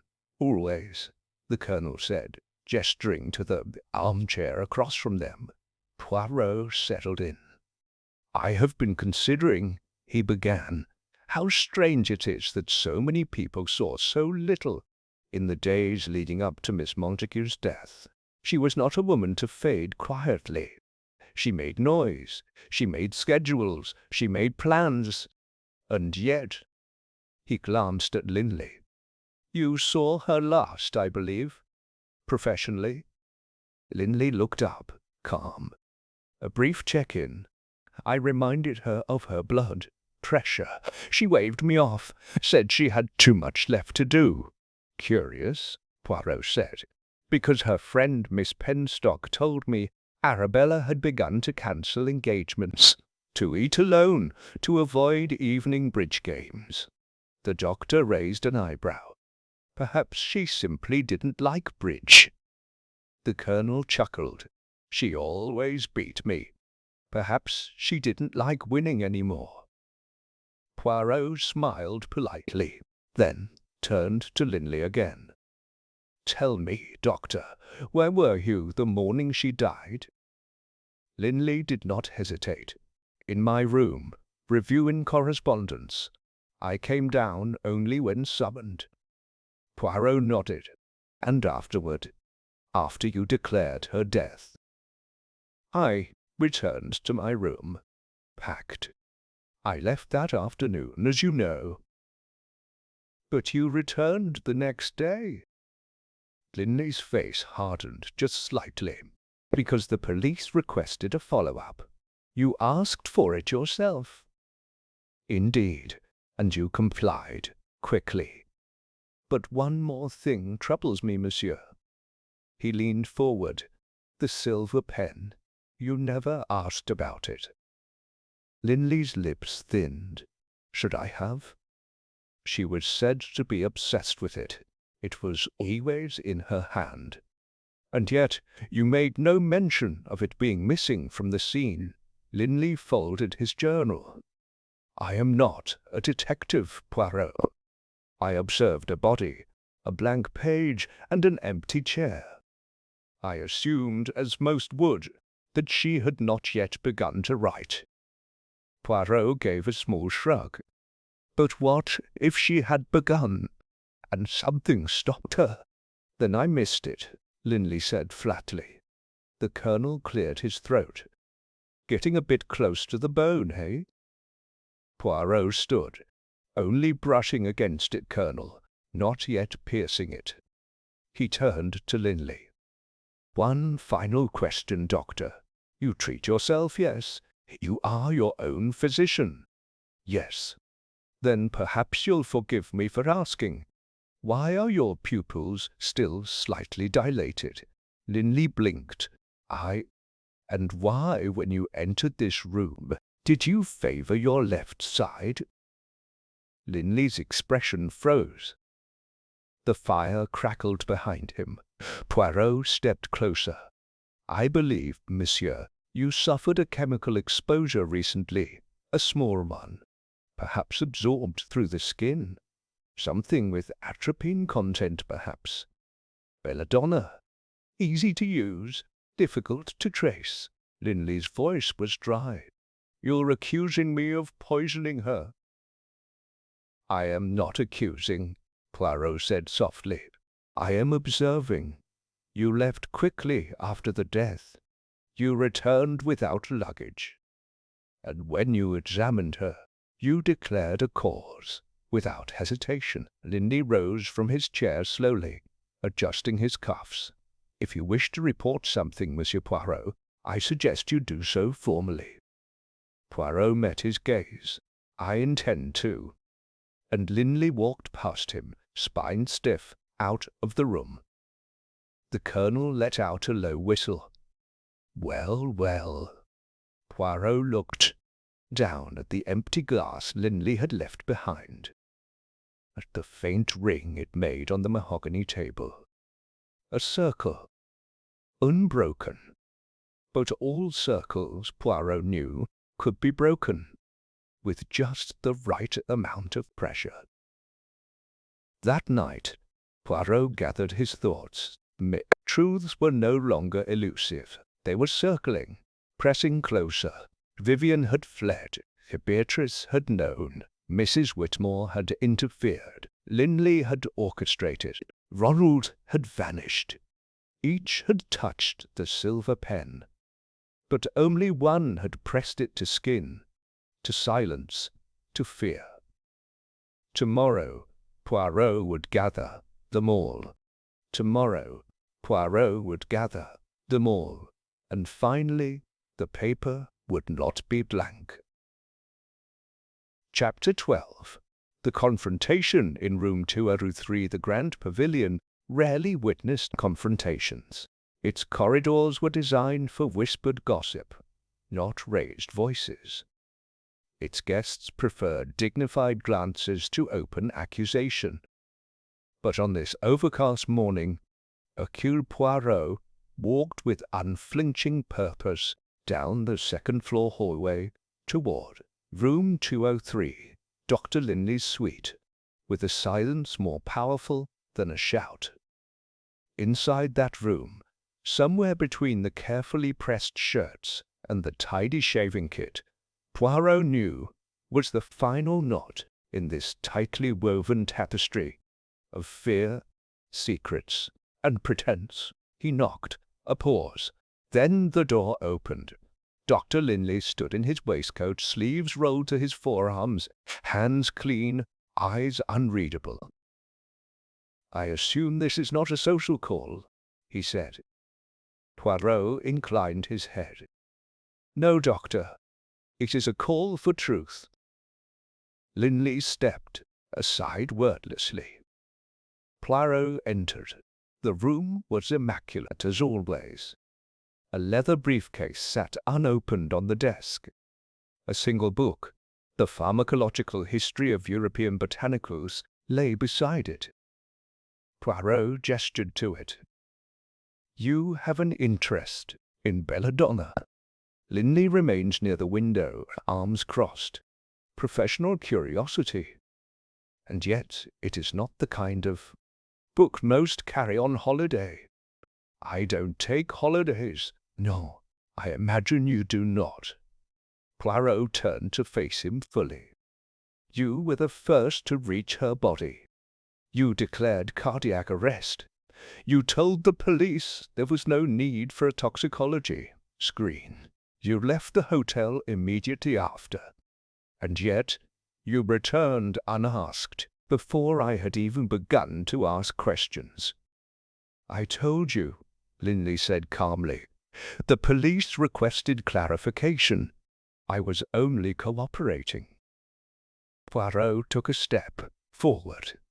"Let us dispense with the veil, doctor. You returned because you were afraid, not of the police, but of something that might have been found." He reached into his coat and withdrew a sealed envelope. "A friend at the toxicology lab ran a courtesy test on Miss Montague's preserved tissue. The results came this morning." Linley stiffened, but said nothing. "She was given atropine," Poirot said softly. "Not in a dose large enough to cause death immediately, but enough to mimic the symptoms of heart failure, enough to trick a careful eye, especially one that wanted to be tricked." Linley looked at the envelope, then away. She trusted you, Poirot continued. She asked for your opinion when she was frightened. You gave her more than advice. Silence. She brewed her own tea, but someone added drops to it.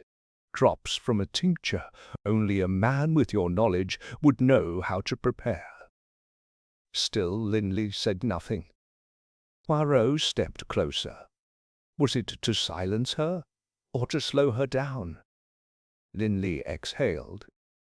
She said she was going to ruin everything, everyone, that she was going to expose what had been kept hidden for decades.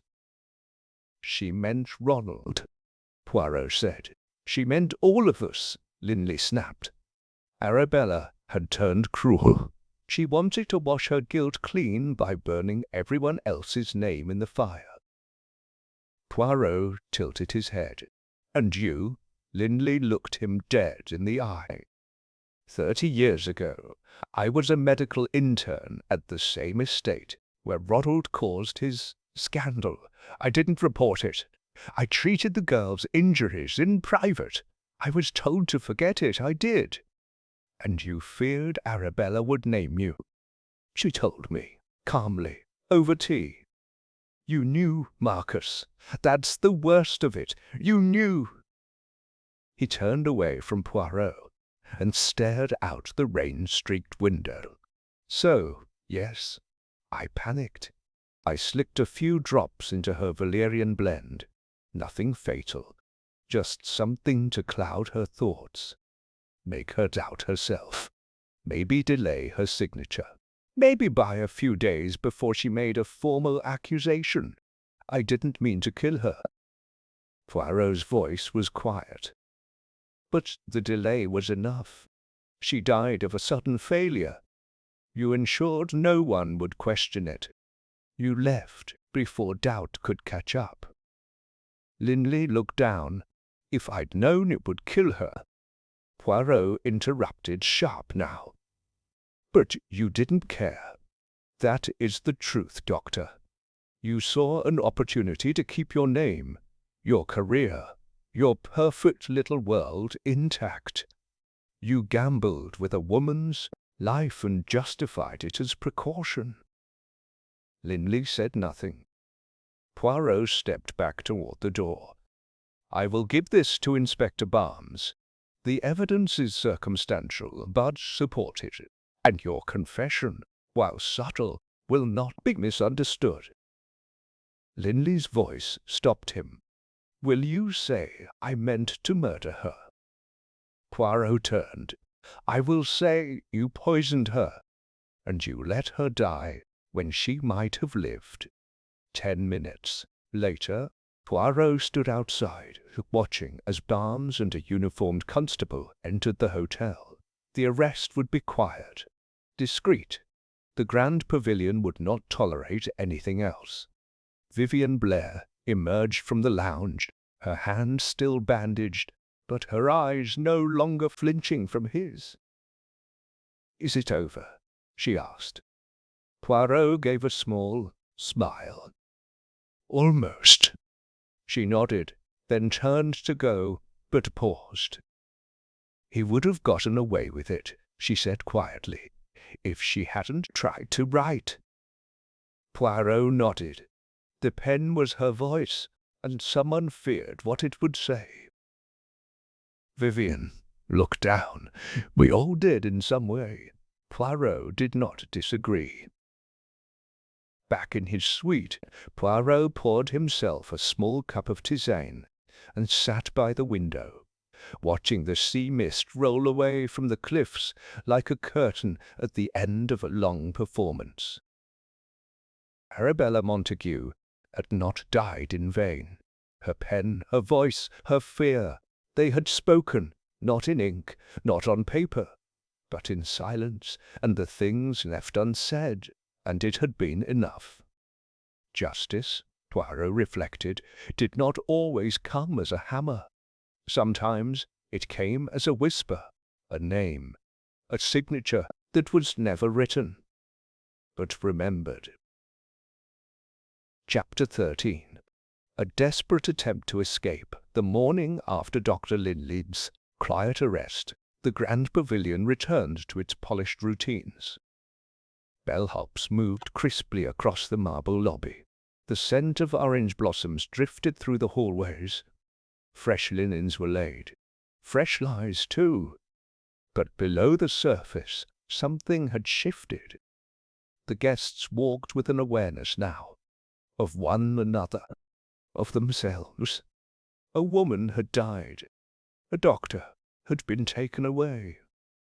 And yet, Hercule Poirot, immaculate, Hercule Poirot, immaculate as ever, had not declared the matter closed, because it was not. Poirot sat alone in the sunroom just after breakfast, sipping hot chocolate and watching the garden through the broad glass. Pace. The air was unusually still. Even the birds seemed cautious. He was not looking at the roses or the trellises. He was watching the east wing hallway. Waiting, and at precisely 10:30, a shadow moved where none should. Vivian Blair. She emerged from the corridor with her coat bundled under one arm, a leather satchel in the other, and her expression composed but tight, too composed. Poirot rose without haste and followed. He caught up to her just as she reached the side exit behind the conservatory. "Mademoiselle Blair," he said gently, "are you leaving us?" She froze, turned slowly. Her mouth curved into a smile, but it was brittle. "Is that not permitted, Monsieur Poirot?" Poirot's gaze dropped to the satchel. "Not if one leaves without checking out, or informing the staff. That, I believe, is called fleeing." She exhaled, the smile dropping. "You've already found your murderer." "Yes," Poirot said, "but I have not yet found my truth." Vivienne said nothing. Poirot took a step closer. "You have the letter, don't you?" She blinked. "The letter Arabella wrote, the one she never got to post. I believe you found it before anyone else, perhaps folded into her diary, perhaps fallen behind the drawer. And you kept it, not to destroy, but because you didn't trust what would happen if it were handed in." Her fingers tightened around the strap of her satchel. "She named names," Poirot nodded. "I imagine she did. Names connected to Helena Marsh. Names meant to bring shame, perhaps even ruin." "I didn't want to protect Ronald," Vivian said, "or Linley. God knows I wanted them exposed." Poirot said nothing, allowing the silence to stretch. Vivienne swallowed. "But she mentioned my father." Poirot's eyes narrowed slightly. "My father was an investor in the Montague estate at the time," she continued. "He wasn't part of what Ronald did, but he helped cover it up. Paid off the girl's family along with Arabella." She looked up. "He's dead now, but his name, my name, was there, in ink." Poirot nodded solemnly. "And you feared that you, too, would be ruined by legacy." Vivienne looked away. "I know it's selfish, but I've spent my entire life trying to be someone else. I didn't want to be dragged back into that past." Poirot took another step closer. "Do you still have the letter?" A long pause. Then she reached slowly into her coat and produced a thin, crumpled envelope. "It's not signed. She was writing it when she collapsed. It ends mid-sentence." Poirot took it with reverence, as though receiving a final breath. Back in his suite, Poirot sat at his writing desk and opened the envelope with delicate care. The paper was creased. A small ink blot stained the corner. The handwriting was shaky, but unmistakably Arabella's, to whom it may concern. I do not write this for vengeance. I write because I am tired of watching silence become inheritance. 30 years ago, my nephew Ronald committed a crime against a girl named Helena Marsh. It was covered by money, influence, and shame. Others were involved. Marcus Linley knew. So did Vernon Blair, who funded the payoff. So did I. I do not excuse myself. But I no longer wish to die carrying this. The sentence stopped. Poirot stared at it for a long time. No signature, no final mark. Just a silence that had become its own punctuation. Later that day, Vivian Blair stood in the reading room, staring at a large oil painting of the sea. Poirot entered quietly and stood beside her. "I should have brought it to you sooner," she said without turning. "Yes," Poirot agreed, "but you did bring it in the end." She turned to him. "Do you think less of me?" Poirot smiled gently. "I think you are like most people, mademoiselle. You feared what a piece of paper could say more than what your conscience already knew." She nodded, blinking quickly.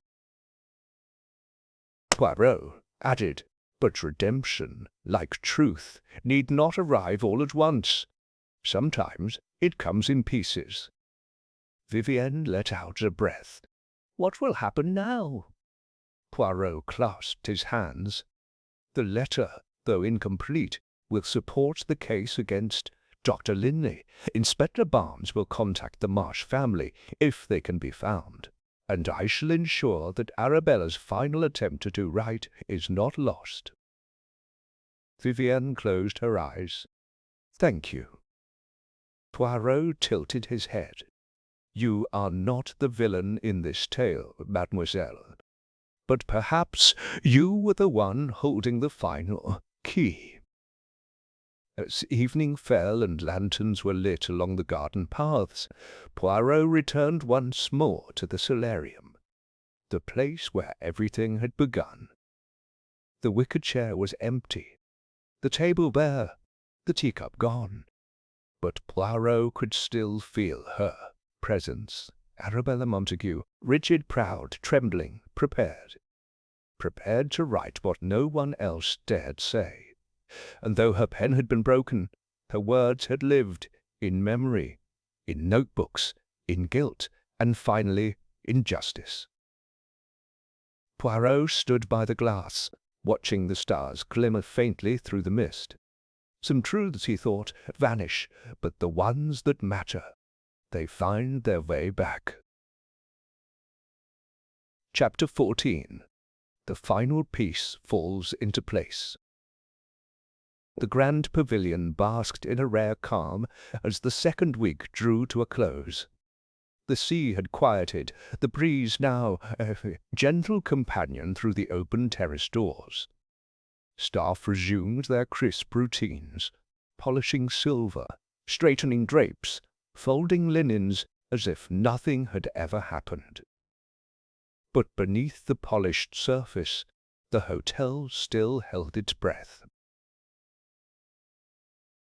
There had been no formal announcement. Dr. Linley's departure had been handled discreetly. Only those who had watched Poirot move from room to room with growing intensity suspected that something significant had passed. But Poirot knew better. The case was close, very close, to conclusion. And yet, one final inconsistency clung like a wrinkle in an otherwise pressed sheet. Poirot spent the morning walking the hotel grounds, not pacing, but retracing. He moved through the garden paths Arabella had once wandered, past the bench where Vivian Blair had once feigned indifference, into the conservatory where the letter had been handed over. Every corner held echoes, but his thoughts returned again and again to the silver pen, so symbolic, so precise. Its theft had prompted a spiral of suspicion, a chain reaction of confessions, half-truths, and evasions. But Poirot had never truly understood one thing. Why had Arabella not written her letter sooner? She had spoken to Beatrice. She had drafted notes. She had been afraid. Yet she waited until the very morning she died. Why? The answer came not in a revelation, but in a quiet detail. It was Beatrice Penstock, seated in the library with a basket of embroidery, who provided the thread that unravelled it all. "You know," she said casually as Poirot passed, "she almost burned the pen once." Poirot stopped. "What do you mean, madam?" Beatrice set down her needle. "Arabella, 2 weeks before her death. We were having tea. She held the pen in her hand and said, 'It no longer belongs to me. It belongs to what I did not do.' I asked if she meant Ronald. She said, 'No, I mean the girl.'"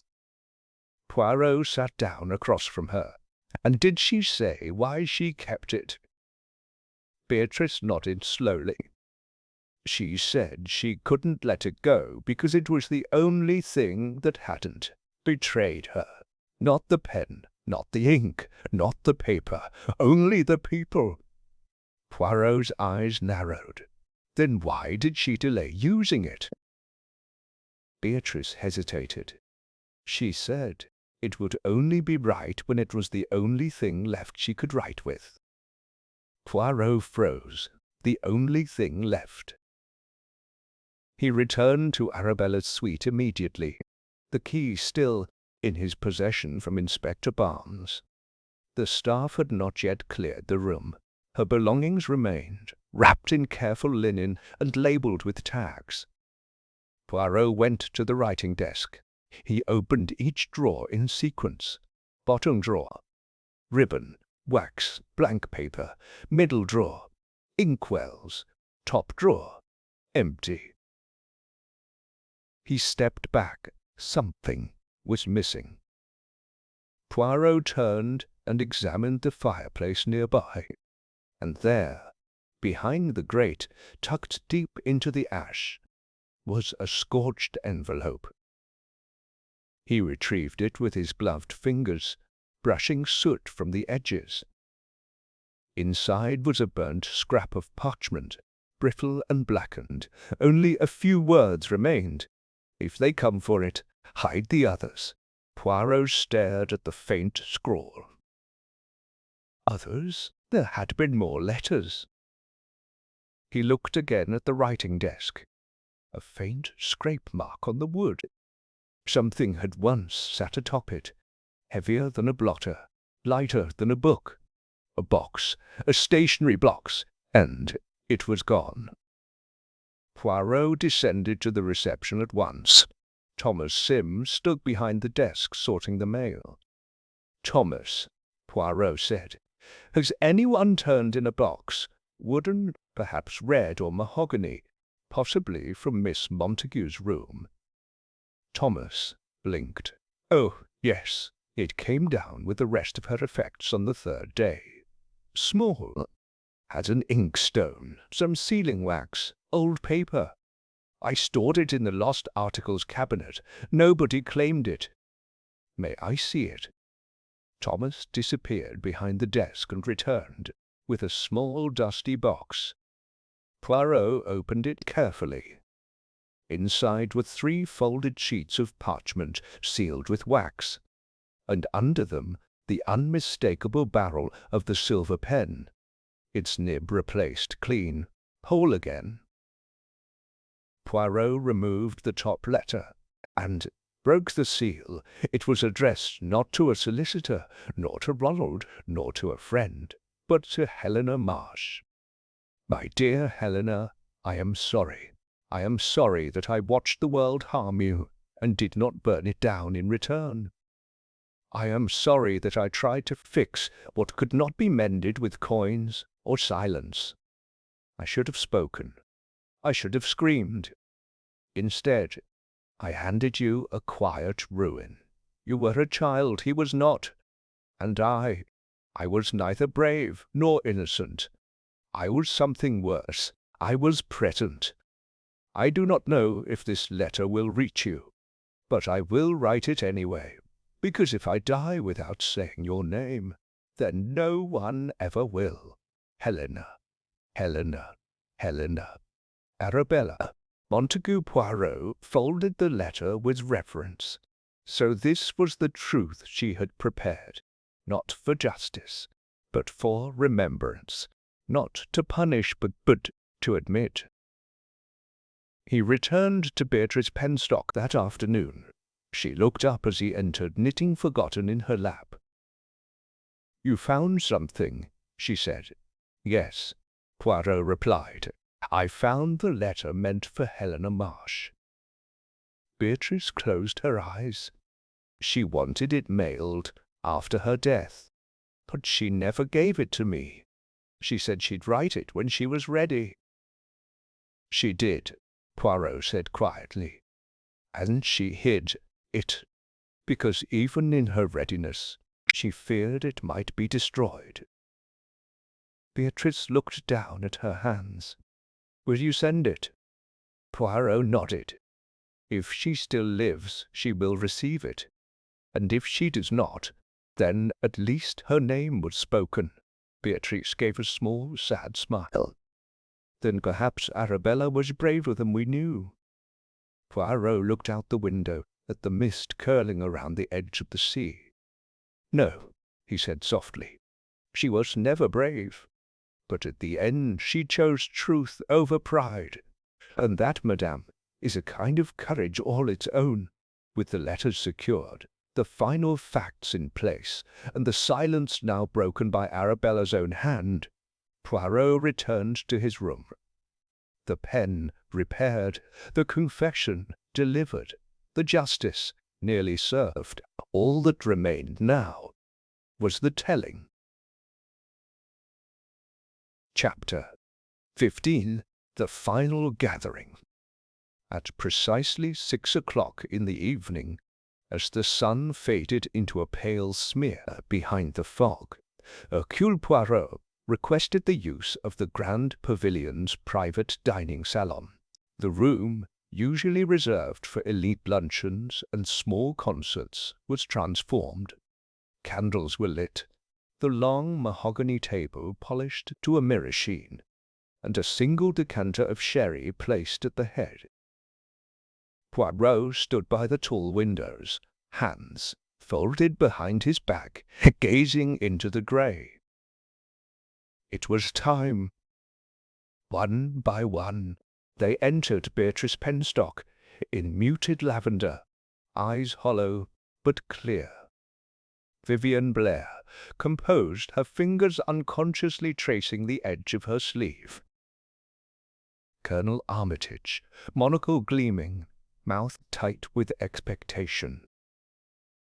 Mrs. Daphne Whitmore, cane in one hand, a jewelled brooch glinting like a sharp remark. Mr. Rawley, the hotel manager, impeccably groomed, visibly uneasy. Poirot gestured for them to sit. The air hummed with restraint. No one dared speak. "I thank you all," he began, "for coming.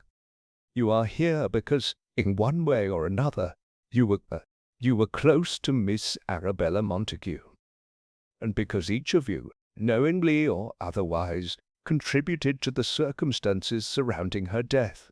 Gasps flickered across the room. Poirot raised a hand. "Let me be clear.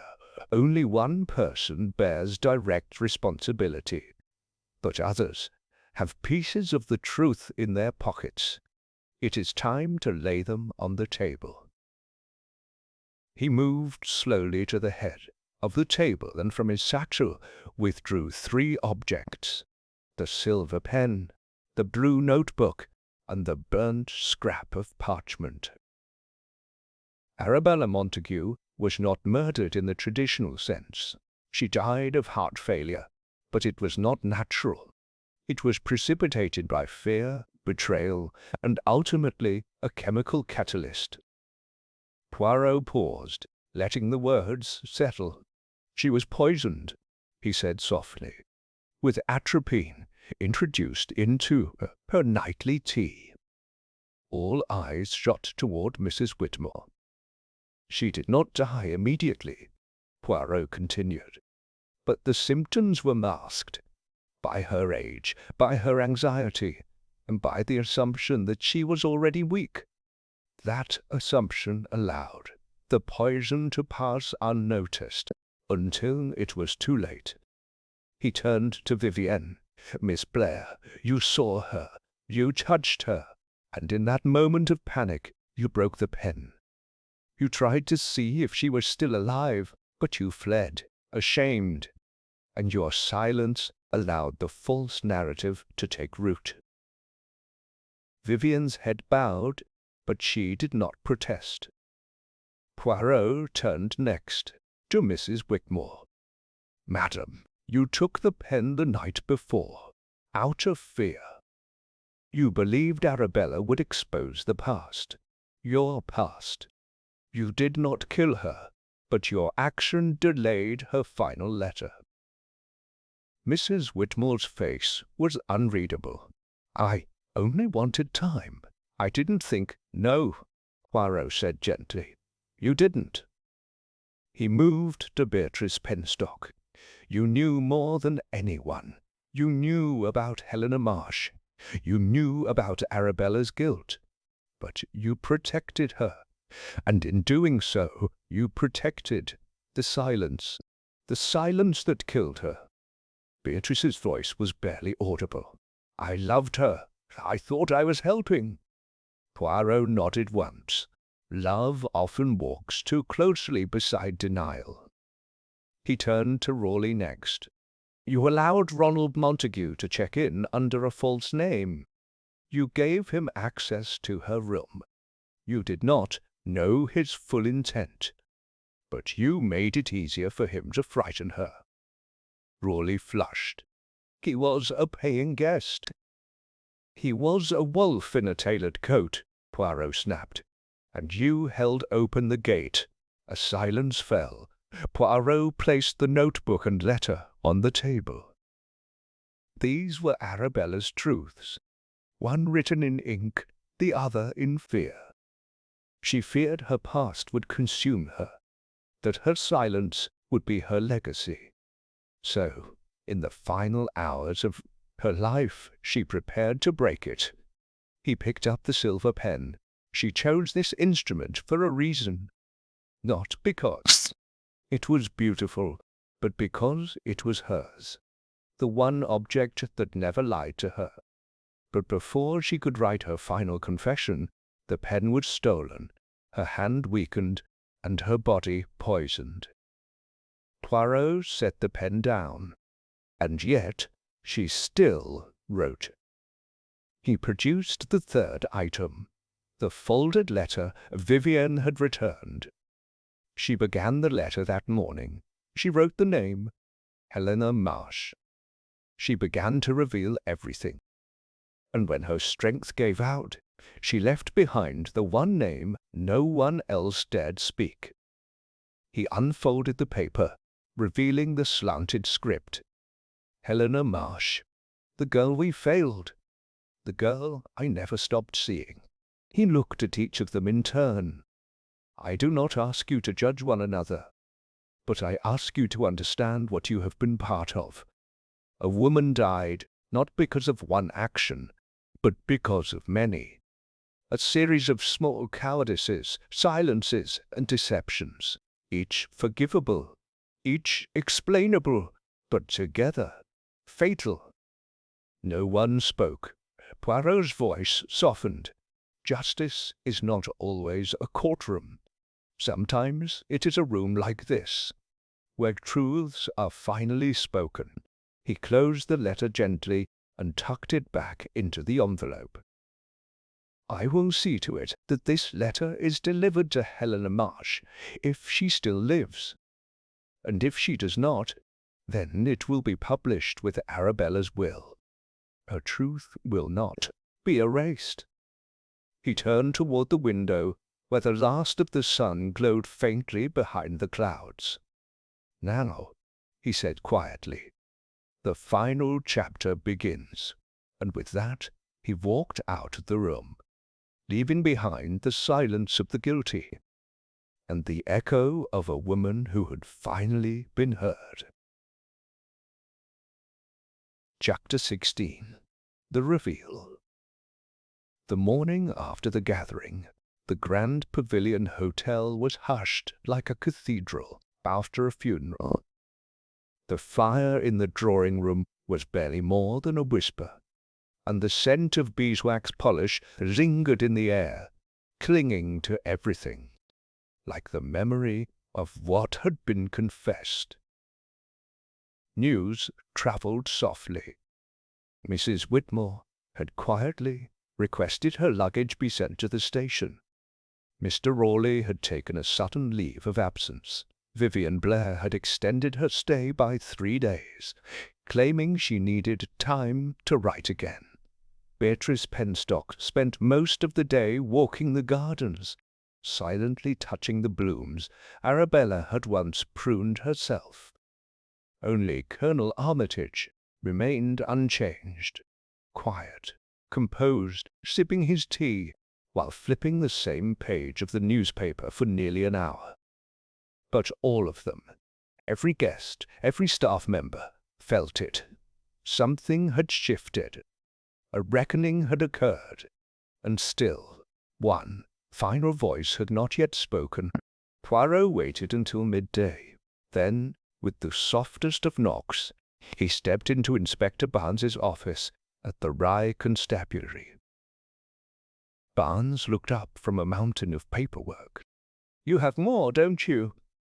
Poirot inclined his head. "One last conclusion." Barnes gestured to the empty chair across from him.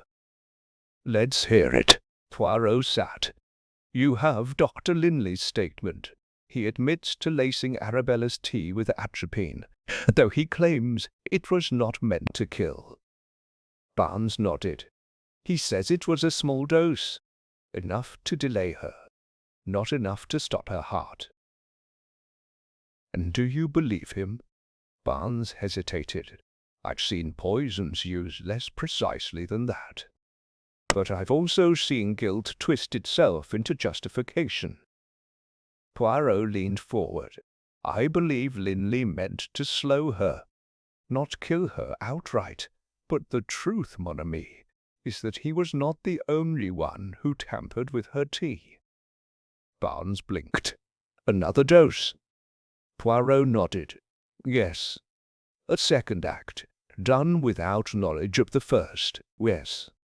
A second act, done without knowledge of the first." He reached into his coat pocket and withdrew a folded note. "I found this hidden in the hollow of the stationery box. It was addressed to Ronald Montague, but never sent. Arabella wrote it the night before she died. It reads, 'Ronald, I will not be threatened into silence. I have written to my solicitor. The new will is signed. You may enjoy the comforts of the Grand Pavilion tonight, but tomorrow you will leave with nothing. If you dare to confront me, again, know this. I am no longer afraid of you." Poirot folded the note again. She was finished with him.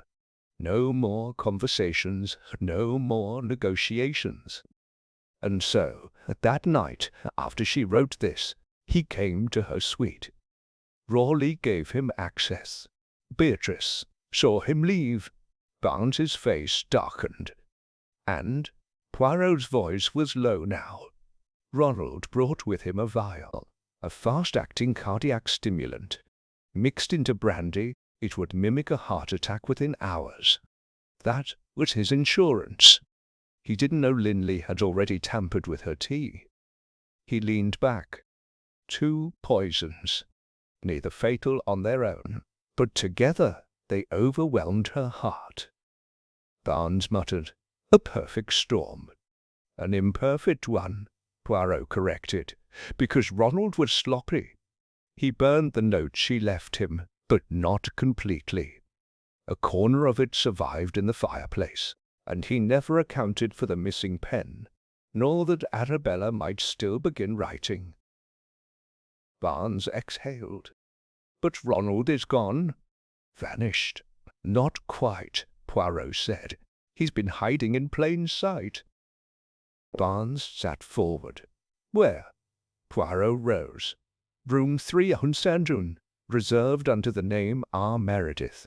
A booking extended by phone 3 days ago. Paid in cash. Barnes's mouth fell open. He never left. Poirot's voice was grave. He meant to, but he stayed to retrieve the letter. He suspected Arabella had written more than one. Perhaps the original will. Perhaps the name of someone else involved. When Linley was arrested, Ronald believed he had a window. Barnes stood. We'll search the room. Poirot nodded. And when you find him, you will see a man cornered by his own cowardice. He planned to wait until attention faded, then vanish. Barnes picked up the telephone. I'll have 2 constables meet me there. Poirot turned to leave.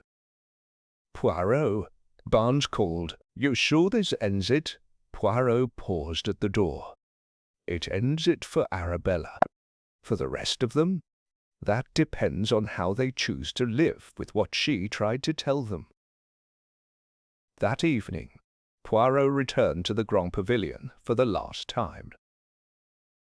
The front desk clerk nodded to him.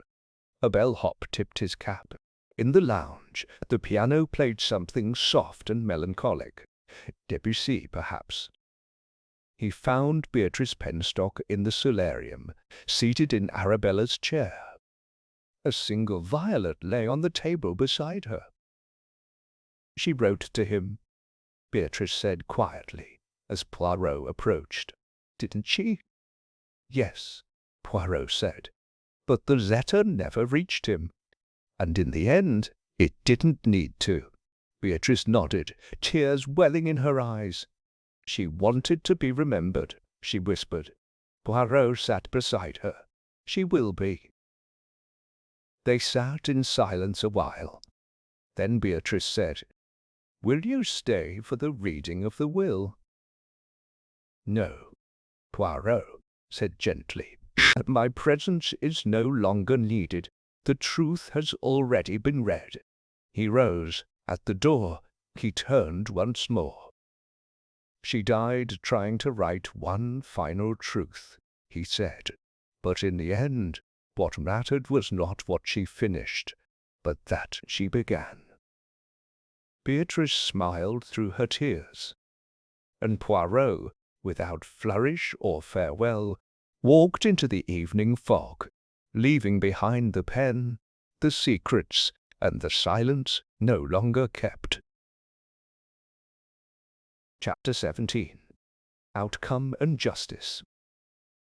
It was 3 days after Hercule Poirot's departure, when the final shock reached the drawing-room of the Grand Pavilion. Ronald Montague had been arrested. The news arrived not by formal announcement, but as all truths do in such places, through a string of glances, whispered exchanges, and the subtle change in atmosphere that swept through the halls like a wind before a storm. By the time the evening sherry was being poured, every guest seemed to know, though no one could quite say how they had found out. Room 317 was found empty just past midnight. Ronald had fled, but not far. A discreet phone call from Poirot to Scotland Yard had led to a quiet observation of the train stations across Sussex, and there, at Brighton, dressed in a chauffeur's cap and borrowed coat, he was recognized. The arrest was uneventful. No protest, no struggle. But the face of the man who once strode confidently through society circles was pale, blank, stunned, by the inevitability of his own consequences. In his release, authorities found a forged passport, a train schedule, and an envelope addressed to be opened only if I disappear. Inside was a single note: I was never meant to be punished. This is not justice, it is revenge. The next morning, Inspector Barnes held a quiet press conference outside the Rye police station. No photographers, no headlines screamed, but the facts were recorded. Dr. Marcus Linley, charged with unlawful administration of toxic substances with fatal consequence, awaited arraignment. His private clinic in London was closed, his license suspended. Ronald Montague, accused of conspiracy, attempted evasion of justice, and complicity in the wrongful death of Arabella Montague, was being transferred to London for formal charges. The original will, recovered from Arabella's solicitor, disinherited him entirely. And as for Arabella herself, her estate, now lawfully transferred to a trust, would be used to fund the Helena Marsh Foundation for victims of institutional abuse. That name, Helena Marsh, appeared in print for the first time, and those who read it knew something important had occurred. At the Grand Pavilion, the mood changed. Beatrice Penstock remained for another week, watching the sea each morning. With a kind of reverence, she no longer flinched when Arabella's name was spoken aloud. Nor did she cry. She read the newspapers in full now, beginning with the obituaries. Sometimes she smiled.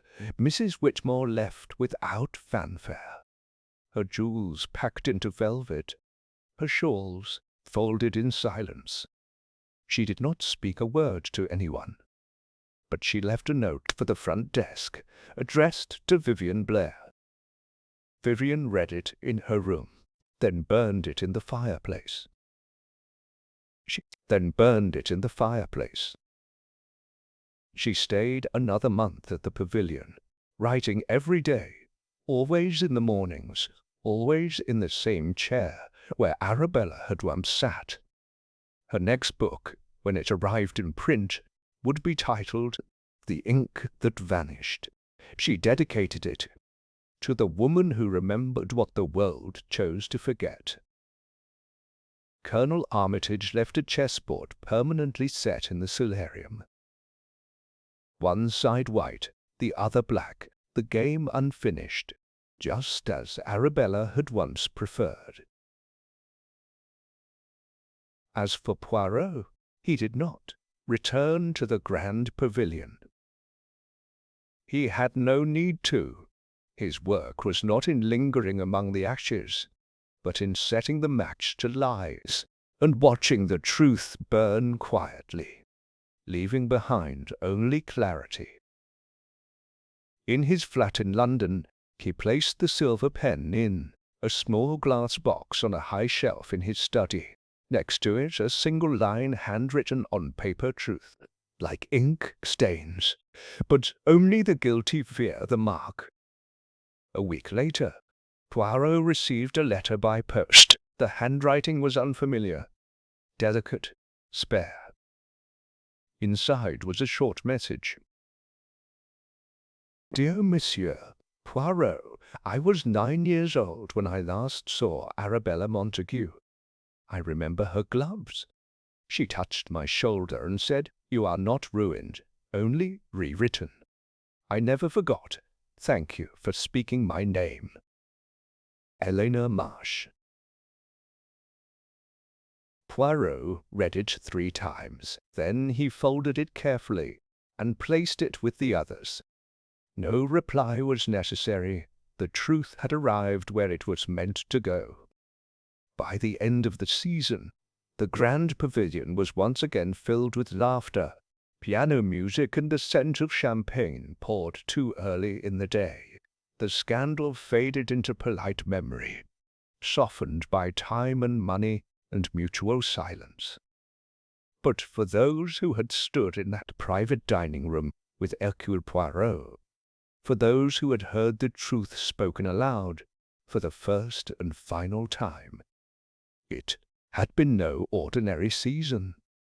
It had been a reckoning, and justice, when it came, had not worn a judge's robe or police badge. It had worn a black coat, a velvet waistcoat, and a moustache, perfectly waxed. In the words of Arabella Montague, written only once and read only by a few, truth need not roar. It simply arrives, and when it does, we must decide whether we meet it standing or not at all. And in the end, she had stood. Chapter 18. The closing remark. Spring came early to the Sussex coast. By March, the roses along the eastern wall of the grand pavilion had begun to bud, their petals tentative, pale with promise. The mist that once hung over the cliffs now parted more quickly in the mornings. The sea was less cruel, and the hotel, like a wounded creature, had begun to mend.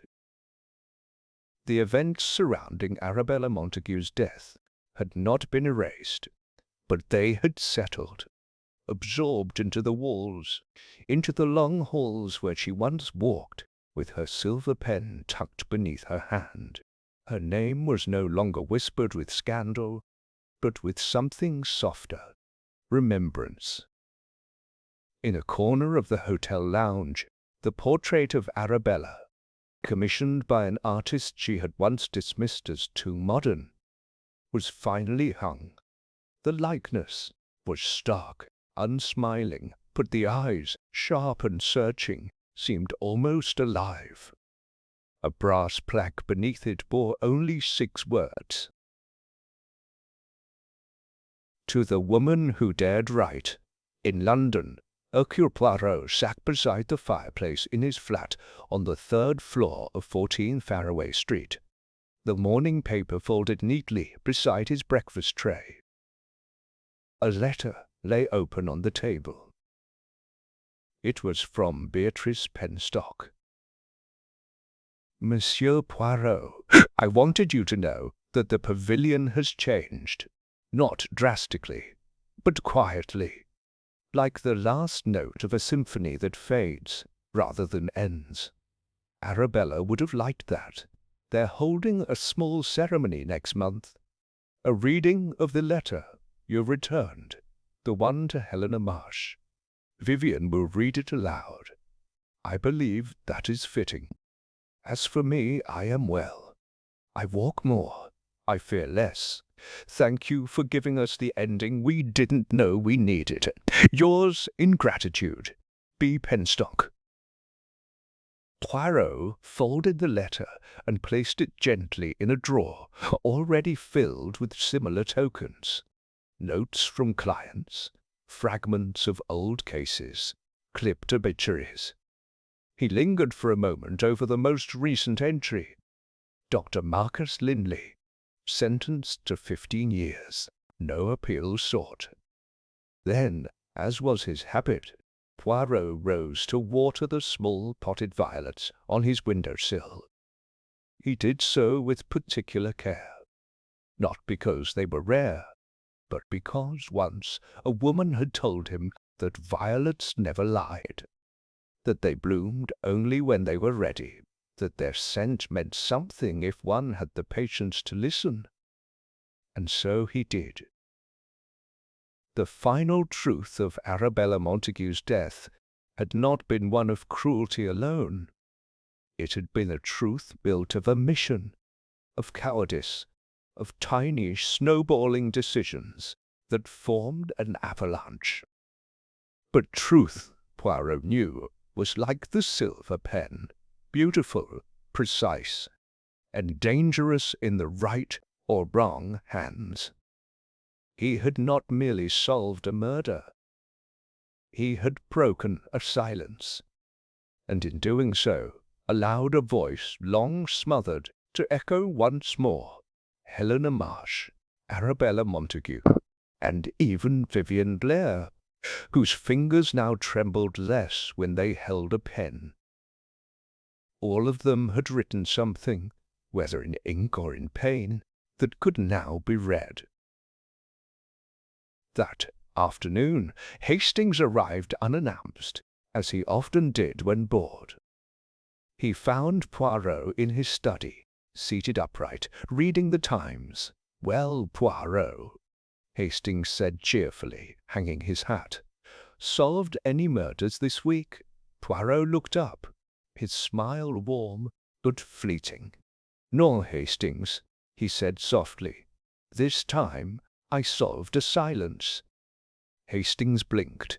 "What on earth does that mean?" Poirot folded the paper and stood. "It means, mon ami, that sometimes justice is not about catching a killer. It is about understanding the quiet thing that allowed the killing to happen." He stepped to the mantelpiece, where the silver pen sat beneath its glass case, and for a moment, just a moment, he touched the edge of it with one gloved finger, then turned away. In the end, the world would not remember every name in the story, but the right names, the ones that had once been hidden, feared, or forgotten, had now been written down, and Hercule Poirot had ensured they would never again be erased.